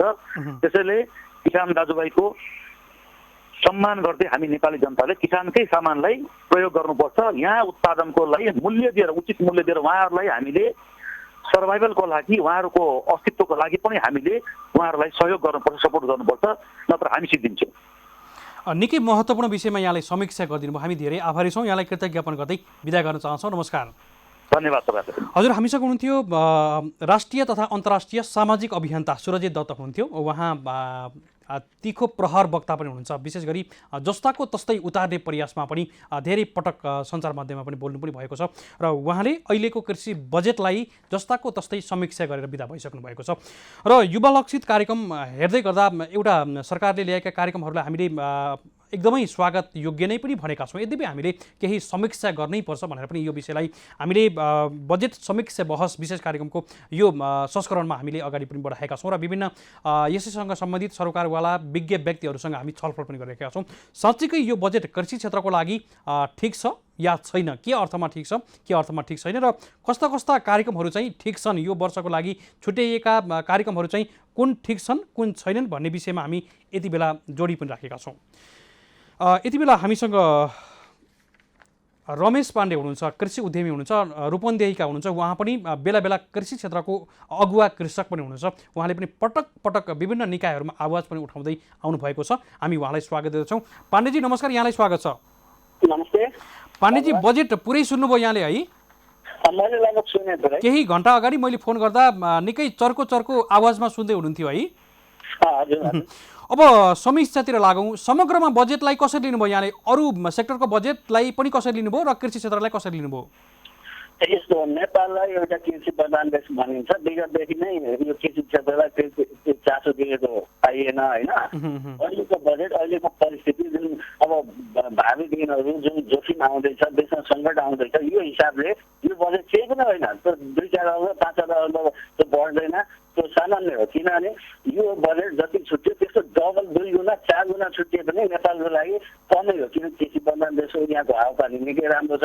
नेपाल यो बजेट कस्तो छ भने आयातमुखी बजेट छ क्या, आयातमुखी पनि छैन, निर्यातमुखी पनि छैन। अब निर्यातमुखी पनि छैन। यो भनेको के छ भने एउटा किसानमाथि अन्याय गरेर किसानलाई ह्यापेर छुट्याएको बजेट हो। म क्लियर गर्दा म शुद्ध किसान हो, म माटो चाहिँ माया गर्ने किसान हो, देशलाई माया गर्ने किसान हो। यो बजेटको 4 गुणा बजेट छुट्याए पनि कृषिको लागि कमै हुन्छ, किनकि नेपाल सम्पन्न हुने माध्यम भनेको कृषि हो। अब पाण्डेजी यहाँ आफै पनि कृषक हुनुहुन्छ। कृषि र कृषि क्षेत्रको अहिलेको बजेटको हामीले समीक्षा गर्दै गर्दा हाम्रा पूर्व वक्ताहरूले भनिराख्नु भएको छ, विभिन्न सेक्टरका व्यक्तिहरूले यहाँले कार्यक्रम हेर्दै पनि हुन्छ सुन्दै पनि हुन्छ। यो समग्र विषयमा उहाँहरूले भनेको कुरालाई कसरी लिनुहुन्छ यहाँले? यस्तो छ, जुन विज्ञज्यूहरूले भन्नुभयो प्रायः जसोले राम्रै कुरा गर्नुभएको छ। हामी कृष्णलालजीले पनि राम्रै कुरा गर्नुभयो, उहाँ पनि हाम्रो अभिभावक हुनुहुन्छ। सुरजीले पनि राम्रै कुरा गर्नुभयो। तर म केमा दुखी छु भने युवा सङ्घको हाम्रो चाहिँ उपाध्यक्षजी हुनुहुन्छ, उहाँले खासै युवालाई फोकस गर्नु, उहाँले अलिकति राजनीतिक हिसाबले भोलि चाहिँ पदको हिसाबले कुरा गर्नुभयो। उहाँले युवालाई किसानलाई समेट्नु भएन, धन्यवाद दिनुभयो। किनभने उहाँले त्यसरी होइन, उहाँले तर उहाँले के गर्नुभएको छ भने युवालाई र चाहिँ अलिकति किसानलाई चाहिँ हतियार बनाएर राजनीति गर्नुभएको छ। उहाँले सही कुरो गर्नुभयो, उहाँप्रति म रुष्ट छु। नयाँ प्रायः जस्तो सबैले बोल्नुभयो, नेताजीले पनि निकै राम्रो कुरा गर्नुभयो। प्रायः जसोले राम्रो कुरा गर्नुभएको छ, म उहाँलाई धन्यवाद दिन्छु। म के भन्न चाहन्छु, 70% उद्योगहरू कृषिमा आधारित छ। भोलि नेपालमा कृषि जाने एकदम सङ्कटमा पर्दा उद्योग सङ्कटमा पर्छ, त्यो चाहिँ के हुन्छ, रोजगार सङ्कटमा पर्छ। अनि अर्को कुरो के छ, लगभग 25 लाखभन्दा बढी युवा नेपालमा फर्किँदैछन्। अब नेपालबाट विदेश जान लागेका 10 लाखभन्दा युवा यही पेन्डिङमै छन्। अर्को कुरो के छ, जुन कृषिमा जुन अहिले समावेश भएका युवा छन्, म उहाँहरूसँग नजिक परामर्श भइरहँदा कृषि क्षेत्रबाट पढाइ हुने अवस्था छ। न उनीहरू बाँच्न सक्छन्, न मर्न सक्छन्। यति अप्ठ्यारो छ। हेर्नुहोस्, यो बजेटले कतिजना किसानहरूले आत्महत्या गर्छन्, किनभने यो किसानमाथि किसानको हितको लागि छुट्टिएको बजेट होइन। निकै अब के छ, अब दिन प्रतिदिन कोरोनाको अहिले चाहिँ सङ्कट छ, विश्व खाद्य सङ्कट हुँदैछ। विश्वमा चाहिँ कृषि जुन अहिले यो लोकास भन्ने यो किल्ला चाहिँ अहिले आएको छ, त्यसले पनि सङ्कटमा बुझाउँछ। यो चाहिँ नेपालमा आइदियो भने नेपालको कृषि सकारात्मक, यस सम्बन्धी पनि कुनै एउटा सामान्य फौजी किरामा त सरकारले ध्यान दिएको छैन भने जस्तो अब भोगमरी खाद्य सङ्कटको निकै ठुलो चुनौती। अनि सरकारले नयाँ नयाँ कृषि क्षेत्रको खोजी गरेन कि पहिचान गरेन, कुन क्षेत्रमा के को सम्भावना छ, कहाँ के गर्दा हुन्छ, त्यो क्षेत्रलाई चासो दिएन। अनि अर्को कुरो के छ भने यो बढी आयातलाई फोकस गरे क्या। नेपाल के छ भने आयात गरेपछि भर्खर हुने भयो, केही जाने सरकारलाई राजस्व उठ्ने भयो, पैसा चाहिँ बाहिर जाने जुन विषादी योग्य जुन चाहिने हाम्रो खाद्यान्न हरेक चिज जुन कृषि गर्ने जुन उत्पादनमा पुरै विषादीमय आउँछ। इन्डियाले नेपालको लागि छुट्टै उत्पादन गरेको हुन्छ, किनकि उनीहरू नेपाली चाहिँ बिरामी भएको मेसो भएको उनीहरूलाई मतलब छ, उनीहरू पैसासँग मतलब छ। यस्तो विषादी युगे जसले गर्दा हस्पिटल नेपालमा बढी निर्माण गर्नुपर्ने हुन्छ, आजको औषधिहरू बढी किन्नुपर्ने हुन्छ। त्यसले गर्दा पनि यो जुन विषादी युक्त जुन खाद्यान्न जुन आयात गर्दा हस्पिटलहरू निर्माण गर्नुपर्ने आज क्षेत्रमा पनि खर्च हुन्छ। त्यो खर्चले आज शिक्षा क्षेत्रमा असर पार्छ। जुन एउटा किसानको कुनै जान नेपालीहरूको चाहिने छोराछोरी अब आफू बिरामी हुँदाखेरि त्यता शिक्षामा पनि धक्का, हरेक क्षेत्रमा धक्का लाग्छ। त्यसमा चाहिँ सरकार चाहिँ गम्भीर भएको मैले देखिनँ। त्यो आयातलाई एकदम कन्ट्रोल गर्नुपर्छ अनि त्यसलाई आत्मनिर्भर बनाउनुपर्छ। र आत्मनिर्भर मात्रै बनाएर होइन, र यहाँबाट निर्यात गर्नुपर्छ। नेपाल यस्तो देश हो कि हेर्नुहोस्, माटो खेलाएर पनि पैसा छ। केही गाई योभन्दा पहिला कार्यक्रममा हजुरको कार्यक्रममा सुन्नुहुन्थ्यो, गाईको पिसाबमा सुन्नुहुन्छ भने अब तपाईँको यहाँको पानी चलाएर पनि पैसा छ। हेर्नुहोस्, झारपात चलाएर पनि पैसा छ। पैसा भएको देश छ भने अब जुन 40 लाख युवा फर्किँदैछन्, 40 लाख विदेशीलाई हामीले रोजगार दिन सक्ने सम्भावना भएको देश हो कि खै त खोजी अनुसार हेर्नुहोस् त अहिले नेपालको कृषि कति धराशायी छ। अहिले किसानले सबै तरकारी उत्पादन गर्छ, बाटामा फाल्न पर्ने स्थिति छ। किसानहरू चिन्तित छन्, पीडादायी छन्, के गर्ने कसो गर्ने भन्ने छन्, काम छोड्न पनि सक्दैनन्, पढ्न पनि सक्दैन। यस्तो दयनीय अवस्थामा जुन कृषिलाई चाहिने जुन एउटा सामान्य भरमा चाहिँ यो जुन छुट्याएको छ सरकारले, त्यसमा हामी किसानहरू जुन हामी ऊर्जावान किसानहरू देशको लागि केही गरौँ, मरे पनि यहीँको माटोमा मरौँ भन्ने किसानहरू जुन आशा गरेका थियौँ, जुन अहिलेका विज्ञ जाने व्यक्तित्वहरू सरकारमा हुनुहुन्थ्यो, उहाँहरूबाट हामी निकै आशावादी थियौँ। जुन कम्युनिस्ट सरकारको, कम्युनिस्ट भनेको श्रमिक गरिबको सरकार हो, सबको हैसियत नै छ पार्टीको चिन्ह पनि होइन, तर के किसानलाई सम्बोधन गरेन क्या। किन यो काठमाडौँमा बसेर योजना बनाएर स्टार होटलमा बसेर अनि त्यो त्यसै जान बनाएको बजेट हुँदैन। त्यो गाउँको कुना काप्चा पुगेर त्यहाँ के आवश्यकता छ, के समस्या छ, के सम्भावना छन्, त्यो गरेको भएर हाम्रो अर्को कुरो के छ, विदेशीको इसारामा पनि कोही बजेट बनाएको जस्तो लाग्छ कृषिलाई। किन कृषि क्षेत्र जान धराशायी हुनु भनेको त जस्तो अब विदेशमा आत्मनिर्भर हुनु हो नि त देश त होइन। अनि अर्को कुरो एउटा के छ, कृषिमा जुन यो रासायनिक मलमा चाहिँ केही बजेट चाहिँ बढी छुट्टिएको र यसमा हामी खुसी हुनुपर्छ भन्ने छ। म के भन्छ, रासायनिक मल सकेसम्म आयात गर्ने नै होइन। आजको रासायनिक मलले के गर्छ भने हामी सबैलाई चाहिने बिरामी बनाउँछ अनि रोगको भण्डार चाहिने हुन्छ, नेपालीहरूलाई रोगी बनाउँछ। रोगी बनाउने बित्तिकै के हुन्छ भने हाम्रो स्वास्थ्य भयानक स्थिति हुन्छ। बरु यसलाई अर्ग्यानिक खेतीमा गएर फोकस गर्ने, अर्ग्यानिक मही बनाउने, अर्ग्यानिक शिक्षाहरू कार्यक्रम गर्ने, चेतनाका कार्यक्रम गर्ने। किनभने यहाँ त के छ, विषादी चाहिँदैन। हेर्नुहोस्, यहाँ यस्ता जडीबुटी यस्ता छन् चिजहरू छन् त्यही विषादी बनाउन सकिन्छ, जुन त्यसलाई हाम्रो हजुरबुवाले गर्नुहुन्थ्यो। अनुसन्धान गर्न यो रासायनिक यो कीटनाशक औषधि चाहिने हुन्छ कि यहाँ नेपाल यस्तो सुन्दर देश भएको हुनाले। अनि रासायनिक मलमा जुन त्यो बजेट छुट्टिएको छ, खै त अर्ग्यानिकमा चासो दिएको खै त, यसमा पनि गम्भीर आपत्ति छ। अहिले हामी सबै रोगी भएको छौँ, चाहे प्रधानमन्त्री भनौँ, चाहे कृषि मन्त्री भनौँ, चाहे म, चाहे हजुर, अहिले सबै हामी के छ नि रोगी भइरहेका छन् दिन प्रतिदिन। यो भनेको के छ, रासायनिक मल, रासायनिक चाहिँ केमिकलहरूले। पाण्डेजी हामी अन्तिममा छौँ, यति बेला सटिकमा भनिदिनुहोस् न, समय सकिसकेको छ, त्यसैले यहाँको कुरा मैले टुङ्ग्याउन चाहन्छु। म अब समय कम भएको हुनाले म छोटो कुरा भन्छु। एउटा यसमा किसानलाई खै पेन्सनको दिनमा म कहीँ एक्सिडेन्टमा पऱ्यो, म अपाङ्ग भयो भने खै त मेरो केही सुरक्षा छैन नि त, त्यसको फ्युचर छैन। यसमा चाहिँ किसानको पेन्सनको हुन पर्थ्यो, किसान सुरक्षाको कुरा आउनु पर्थ्यो, सिप जन पगरीलाई गाउँ गाउँमा पुऱ्याउनु पर्थ्यो। यसमा भएको थियो किनकि विज्ञ प्राविधिकको सल्लाह बिना किसान असफल भएको छ। सरकारी निकायका विज्ञहरूले प्राविधिकले सही सहयोग गर्नु भएको छैन। उहाँको तल भत्ता खाने हाजिर गर्ने मात्रै चिनिन्छ। यसले गर्दा पनि नेपालमा कृषि विकास हुन सकेको छैन। अनि उत्पादनको ग्यारेन्टी छैन। हेर्नु, किसानले उत्पादन गर्छ, त्यो बिकेर फ्याँक्नुपर्छ, अनि निराश भएर पलायन हुनुपर्छ। यसको उत्पादनको ग्यारेन्टी भनेर सरकारले लेखिदिनुपर्छ। अनि यो बालीहरूको वर्गीकरण गर्नुपर्छ, कुन ठाउँमा कस्तो खालको गर्ने, के गर्ने। किसानले के छ, आफ्नो जग्गा चाहिँ आफ्नो खुसी गरे हुन्छ, के हुन्छ कसो हुन्छ उसलाई थाहा हुन, भूगोलहरू पहिचान गरेर त्यो ठाउँमा के छ सम्भावना। अनि हो किरा नियन्त्रणको बारेमा मैले भन्नु अन्तिम अहिले चाहिँ आइरहेको कुरा भने यो भन्न म टुङ्ग्याउँछु कि अब यो जुन लोकस किरा चाहिँ आइदियो भने नेपालको सीमामा आइसक्यो, अब कता कता प्रदेश प्रान्तमा आउने भन्ने चर्चा भइरहेछ। यो यसको बारेमा पूर्व तयारी खै त, अब हो किराको बारेमा यो खै त सरकारले गर्छ। त्यसैले समग्र रूपमा म के भन्न चाहन्छु, अब म धेरै समय लिन चाहन्न। बजेट होइन भएन, हामी जस्ता जुन एकदम लागेको ज्ञान हामी जीवित हुँदासम्म कृषि छोड्दैनौँ र नेपाललाई एउटा विश्वकै नमुना बनाउँछौँ भनेर लागेका किसानहरू दुखी छौँ। अब हामी यो काम गर्न पनि छोड्दैनौँ, गर्छौँ। सरकारले दिए पनि गर्छौँ, नदिए पनि गर्छौँ, हामी घाटामा भए पनि गर्छौँ।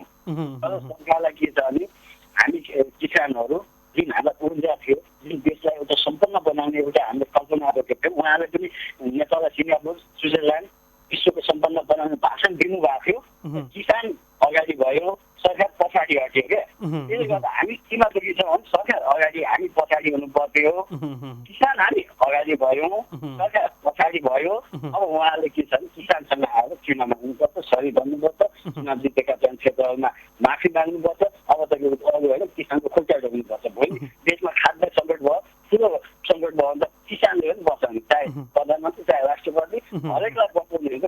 अब किसानलाई भगवान सम्झिनुपर्छ, सम्मान गर्नुपर्छ। अब यो हिसाबले नेपाल सम्पन्न हुन्न, तर नेपालले सोच्नुपर्ने हुन्छ। अब चाहिँ अब जनताको देशको चाहिँ रक्षा गर्नुपर्छ। अब खालि माथि केन्द्रमा बस्यो, लगाइ गयो, पदको लगाइ गयो, यताउता गयो, देशलाई तहस पार्यो, युवालाई चाहिँ विदेश पलायन बनायो, त्यहाँका खेतीयोग्य चाहिँ बाँझो राख्यो र खालि आयात गर्यो। अब यो हिसाबले देश चल्नेवाला छैन। यति राम्रो देशलाई जुन धर्म बनाउन थाल्नु भएको छ, उहाँलाई म के भने केन्द्रीबाटै म चाहिँ सुझाव दिन चाहन्छु। हुन्छ पाण्डेजी, यहाँले निकै महत्त्वपूर्ण विषयमा समीक्षा गरिदिनु भयो, हामी आभारी छौँ। यहाँलाई कृतज्ञ ज्ञापन गर्दै बिदा गर्न चाहन्छौँ। नमस्कार। हजुर, हामीसँग हुनुहुन्थ्यो रूपन्देहीका अगुवा कृषक हुनुहुन्थ्यो रमेश पाण्डे हुनुहुन्थ्यो। अलिकति उहाँले पनि लामै समीक्षा गर्नुभयो र कृषि र कृषिसँगै काम गर्ने, माटोमा काम गर्ने किसान नै अगाडि छन् र किसानको दर्जा चाहिँ सधैँभरि माथि हुनुपर्छ भन्ने कुरालाई पनि उहाँले निकै आकर्षक ढङ्गले प्रस्तुत गरेर बिदा भइसक्नु भएको छ। हामी विशेष गरी हाम्रो बजेटको समीक्षामा रहेका छौँ। बजेट समीक्षा बहस विशेष कार्यक्रममा यति बेला हामी रहेका छौँ। यति बेला यहाँहरूले हामीलाई कृषि टेलिभिजनको राष्ट्रिय च्यानल मार्फत लाइभमा हेर्दै हुनुहुन्छ। त्यसै गरी हाम्रो अफिसियल फेसबुक पेज, युट्युब पेजबाट पनि हामी एकैसाथ लाइभमा यहाँहरूमा प्रसारित भइरहेका छौँ। असीम सापकोटाले यहाँहरूलाई साथ दिइराखेको छु र यहाँहरूले मेरो पर्सनल फेसबुक आइडीबाट असीम सापकोटाबाट पनि हेर्दै हुनुहुन्छ, सुन्दै हुनुहुन्छ। धेरै समीक्षाहरू पनि आइरहेका छन्, त्यहाँ कमेन्टहरू पनि मैले प्राप्त गरिराखेको छु। हामी अन्तिम खण्डमा आइसकेका छौँ। हामी दुईजना व्यक्तिसँग सायद हामी कुराकानी गर्दैछौँ र बजेटलाई समीक्षा गर्दै गर्दा केही नीति कार्यक्रमहरू नयाँ आएका छन् र साँच्चीकै कृषि क्षेत्रको लागि स्वागत योग्य पनि छन्, भनिएका पनि छन्। यद्यपि धेरै कुराहरू पुराना तरिकाले आएका छन् र यसलाई एउटा झारो टाल्ने कामको रूपमा मात्रै ल्याइएको छ भन्ने यता कता समीक्षा पनि भइसकेको छ। यसलाई हामीले सूक्ष्म ढङ्गले चाहिँ विभिन्न सेक्टरका व्यक्तिहरूको अनुभव, त्यसै गरी उहाँहरूको समीक्षालाई पनि साटिराखेका छौँ, किनकि यो समयमा उहाँहरूको अनुभव समीक्षा साट्नु आवश्यक पनि हो। र हामीले केही घन्टा अगाडि प्राप्त गरेको यो बजेटलाई यति बेला हामीले कृषि क्षेत्रको सेक्टरमा काम गर्दै गर्दा यो बजेटले काम गर्ला त नेपालमा ठुलो योगदान दिएको कृषि क्षेत्रको भूमिका, कुल ग्राहस्थ उत्पादनको करिब 33% योगदान कृषि क्षेत्रको रहेको छ र यो बजेट चाहिँ किन खुम्चिराखेको छ भन्ने प्रसङ्गलाई पनि हामीले यति बेला साटिराखेका छौँ। र यति बेला हामी सर्टिकमा मात्रै कुराकानी गर्छौँ। हाम्रो समय निर्धारित समयभन्दा हामी अलिकति अगाडि पनि छौँ र हामी केही समय मात्रै लिन्छौँ कार्यक्रमको यो समीक्षालाई चाहिँ। यति बेला हामीसँग राष्ट्रिय कृषक समूह महासङ्घका अध्यक्ष नवराज बस्नेत हुनुहुन्छ। हामी उहाँलाई स्वागत गर्दछौँ। नवराजजी नमस्कार, यहाँलाई स्वागत छ। हजुर नमस्कार। सर, यहाँले बजेट हेर्नुभयो सर? आज पुरै हेर्नुभयो? मैले केही अंश हेरेँ। अब कृषि क्षेत्रको बजेटलाई कसरी समीक्षा गर्दै हुनुहुन्छ यहाँले? कृषि क्षेत्रको बजेटको कुरा गरिरहँदाखेरि चाहिँ जस्तै अब अस्ति हाम्रो यो नीति तथा कार्यक्रममा जुन किसिमले प्रस्तुत भयो हजुर र त्यो नीति तथा कार्यक्रममा आइरहँदाखेरि हामीलाई केही चाहिँ परिवर्तन हुने भयो भन्ने जुन अपेक्षा थियो, आजको बजेट भाषणले चाहिँ पुरा भएन, त्यो चाहिँ पुरा भएन है, त्यो अपेक्षा पुरा गर्न सकेन।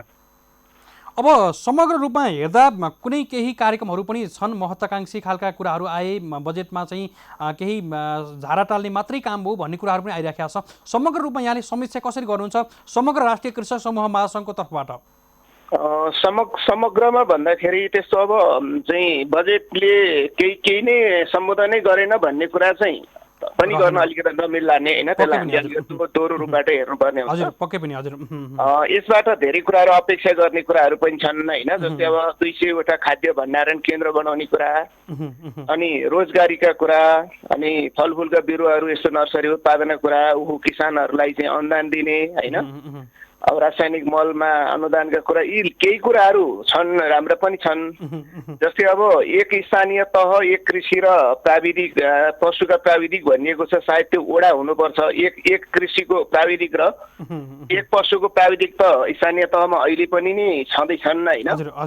त्यसले गर्दा अलिकति अब खड्केको कुरा चाहिँ के हो भने स्थानीय तहमा चाहिँ प्राविधिक तासा नभइकन त्यहाँ विज्ञको चाहिँ कन्सेप्ट आउन सक्नु पर्थ्यो, त्यो कुरा आएन, त्यो कुरा चुक्यो भन्ने हामीलाई लागेको छ होइन। त्यस्तै गरी अब यो किसानको वर्गीकरणका कुराहरूलाई किसानको हो भन्ने कुरै नचिनिकन त्यहाँ अनुदान दिने, कार्यक्रम गर्ने, कृषिका गतिविधि अगाडि बढाउने भन्ने कुराहरू जुन आयो, त्यो कतैबाट त्यसले अलिकता कार्यान्वयनमा कसरी जाला भन्ने कुरामा शङ्का गर्ने ठाउँ पनि रह्यो। त्यस्तै गरी यो कोरोनाको जुन प्रभावबाट जुन किसानहरू मारमा परेका छन् उनीहरूलाई अलिकति केही राहत प्याकेजको चाहिँ घोषणा सहित आउनु पर्थ्यो। त्यसै गरी यो अहिले चाहिँ जुन अब फौजी किरादेखि लिएर सलह किराको प्रकोपका कुराहरू पनि अहिले आइरहेको छ, त्यसलाई पनि मध्यनजर राखेर केही कार्यक्रम चाहिँ यो बजेटमा बजेट कार्यक्रम चाहिँ आउनु पर्थ्यो, त्यो कुरा पनि पाउन सकिएन होइन। अब कृषिको संरचना जुन छ त्यो कृषिका अनावश्यक कतिपय संरचनाहरू छन्, त्यसलाई कटौती गरेर ती संरचनालाई लाग्ने खर्चबाट यता कृषिका गतिविधिमा लगानी गर्न सकिने ठाउँहरू थियो।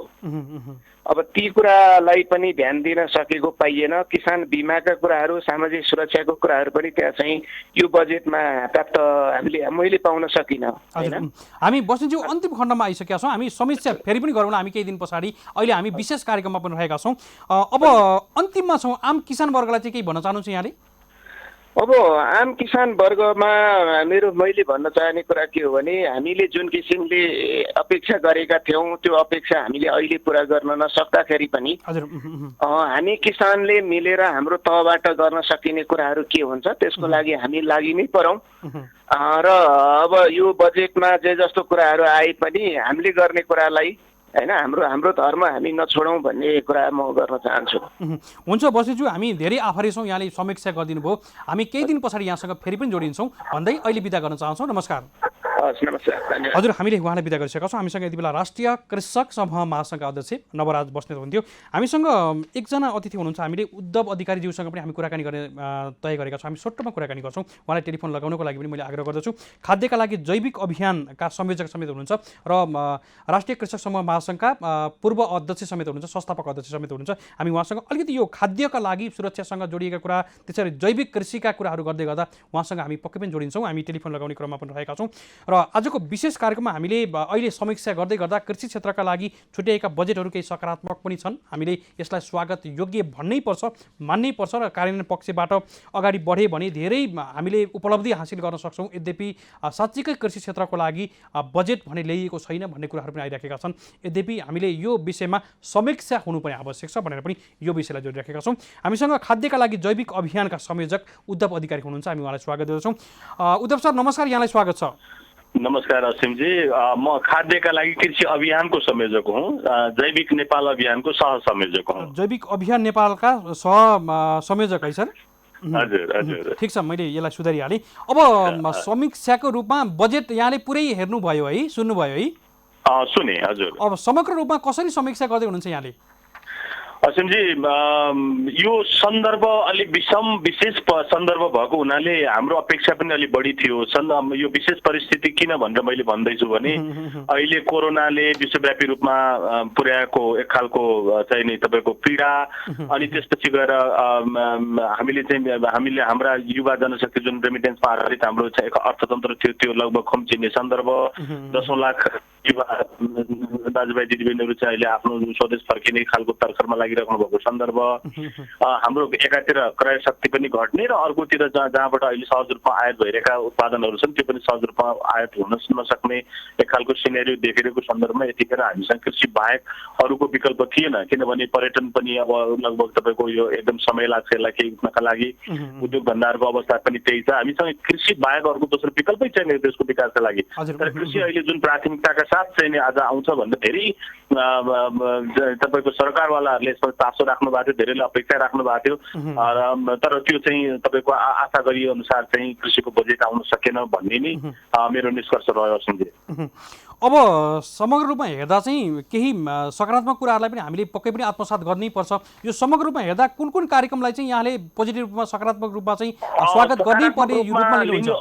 ठिक छ, यो सकारात्मक रूपमा लिने कुराहरू कार्यान्वयनको प्रश्न यथावत छ र पनि केही कुरा चाहिँ तपाईँको खाद्य बैङ्कहरूका कुराहरू स्थानीय तहमा चाहिँ तपाईँको भूमि बैङ्कका कुराहरू स्थानीय तहहरूमा प्रमोट गर्ने कुराहरू त्यो सकारात्मक हो। समर्थन मूल्यमा चाहिँ कुराहरू आएका छन्, यो पोजिटिभ कुरा हो। स्वयंसेवक परिचालन गर्ने कुराहरू आएका छन्, यो सब। अब तर यसको कार्यान्वयन कसरी जान्छ भन्ने खालको कुरा चाहिँ एकदम चाहिँ नि महत्त्वपूर्ण विषय हो।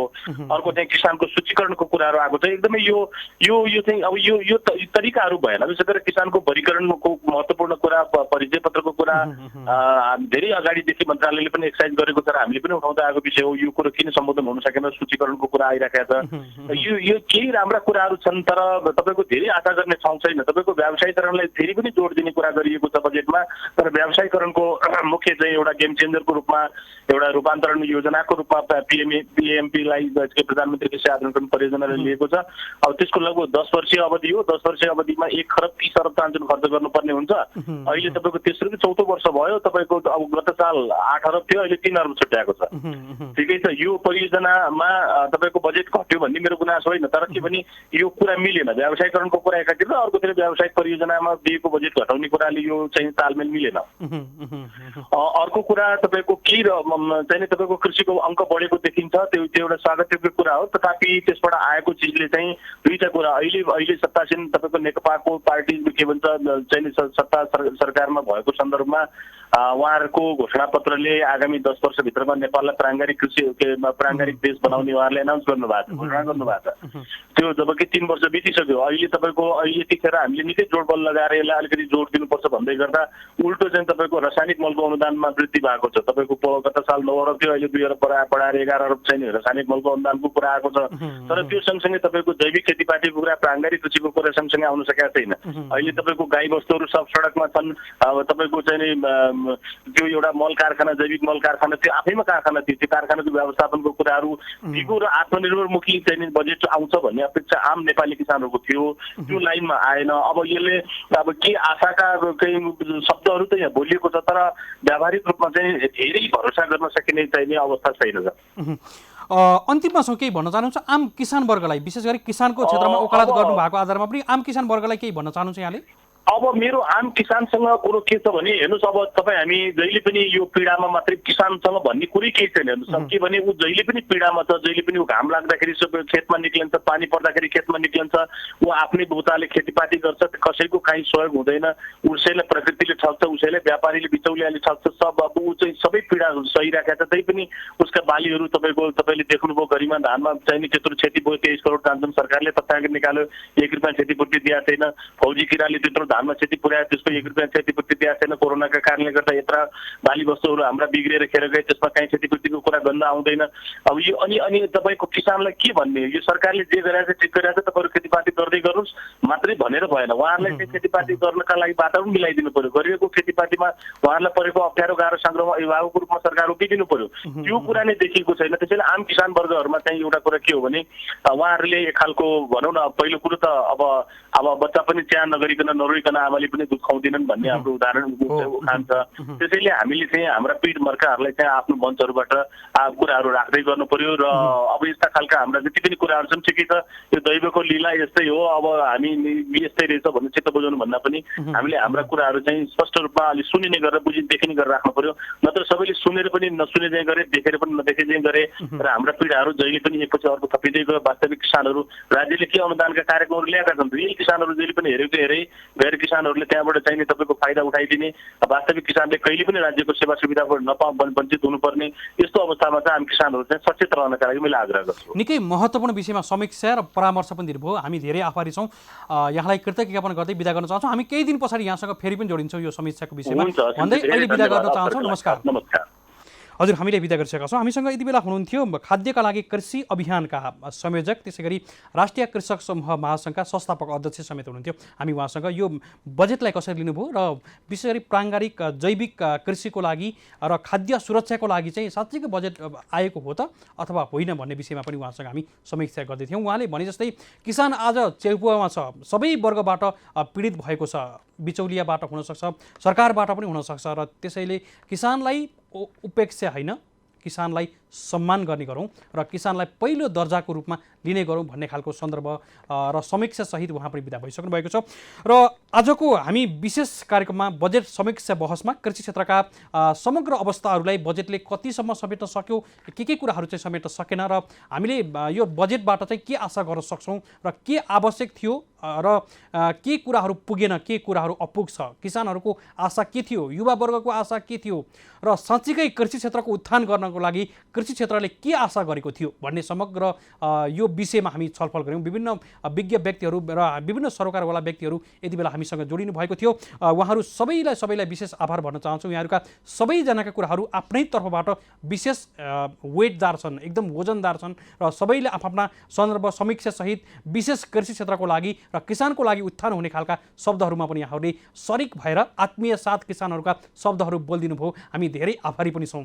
र आजको विशेष बजेट समीक्षा विशेष कार्यक्रमबाट कार्यक्रमका सम्पूर्ण युनिटसहित असीम सापकोटा, कार्यक्रम संयोजक किशोर चौधरीसँगै असीम सापकोटा पनि यहाँहरूको माझबाट बिदा हुने अनुमति माग्छु। जय कृषि जय किसान, समृद्ध कृषि नेपालको साना हेर्दै गर्नुहोला कृषि टेलिभिजन। नमस्कार। सम्पूर्ण कृषक दाजुभाइ तथा दिदीबहिनीहरूमा व्यावसायिक सहकार्यका लागि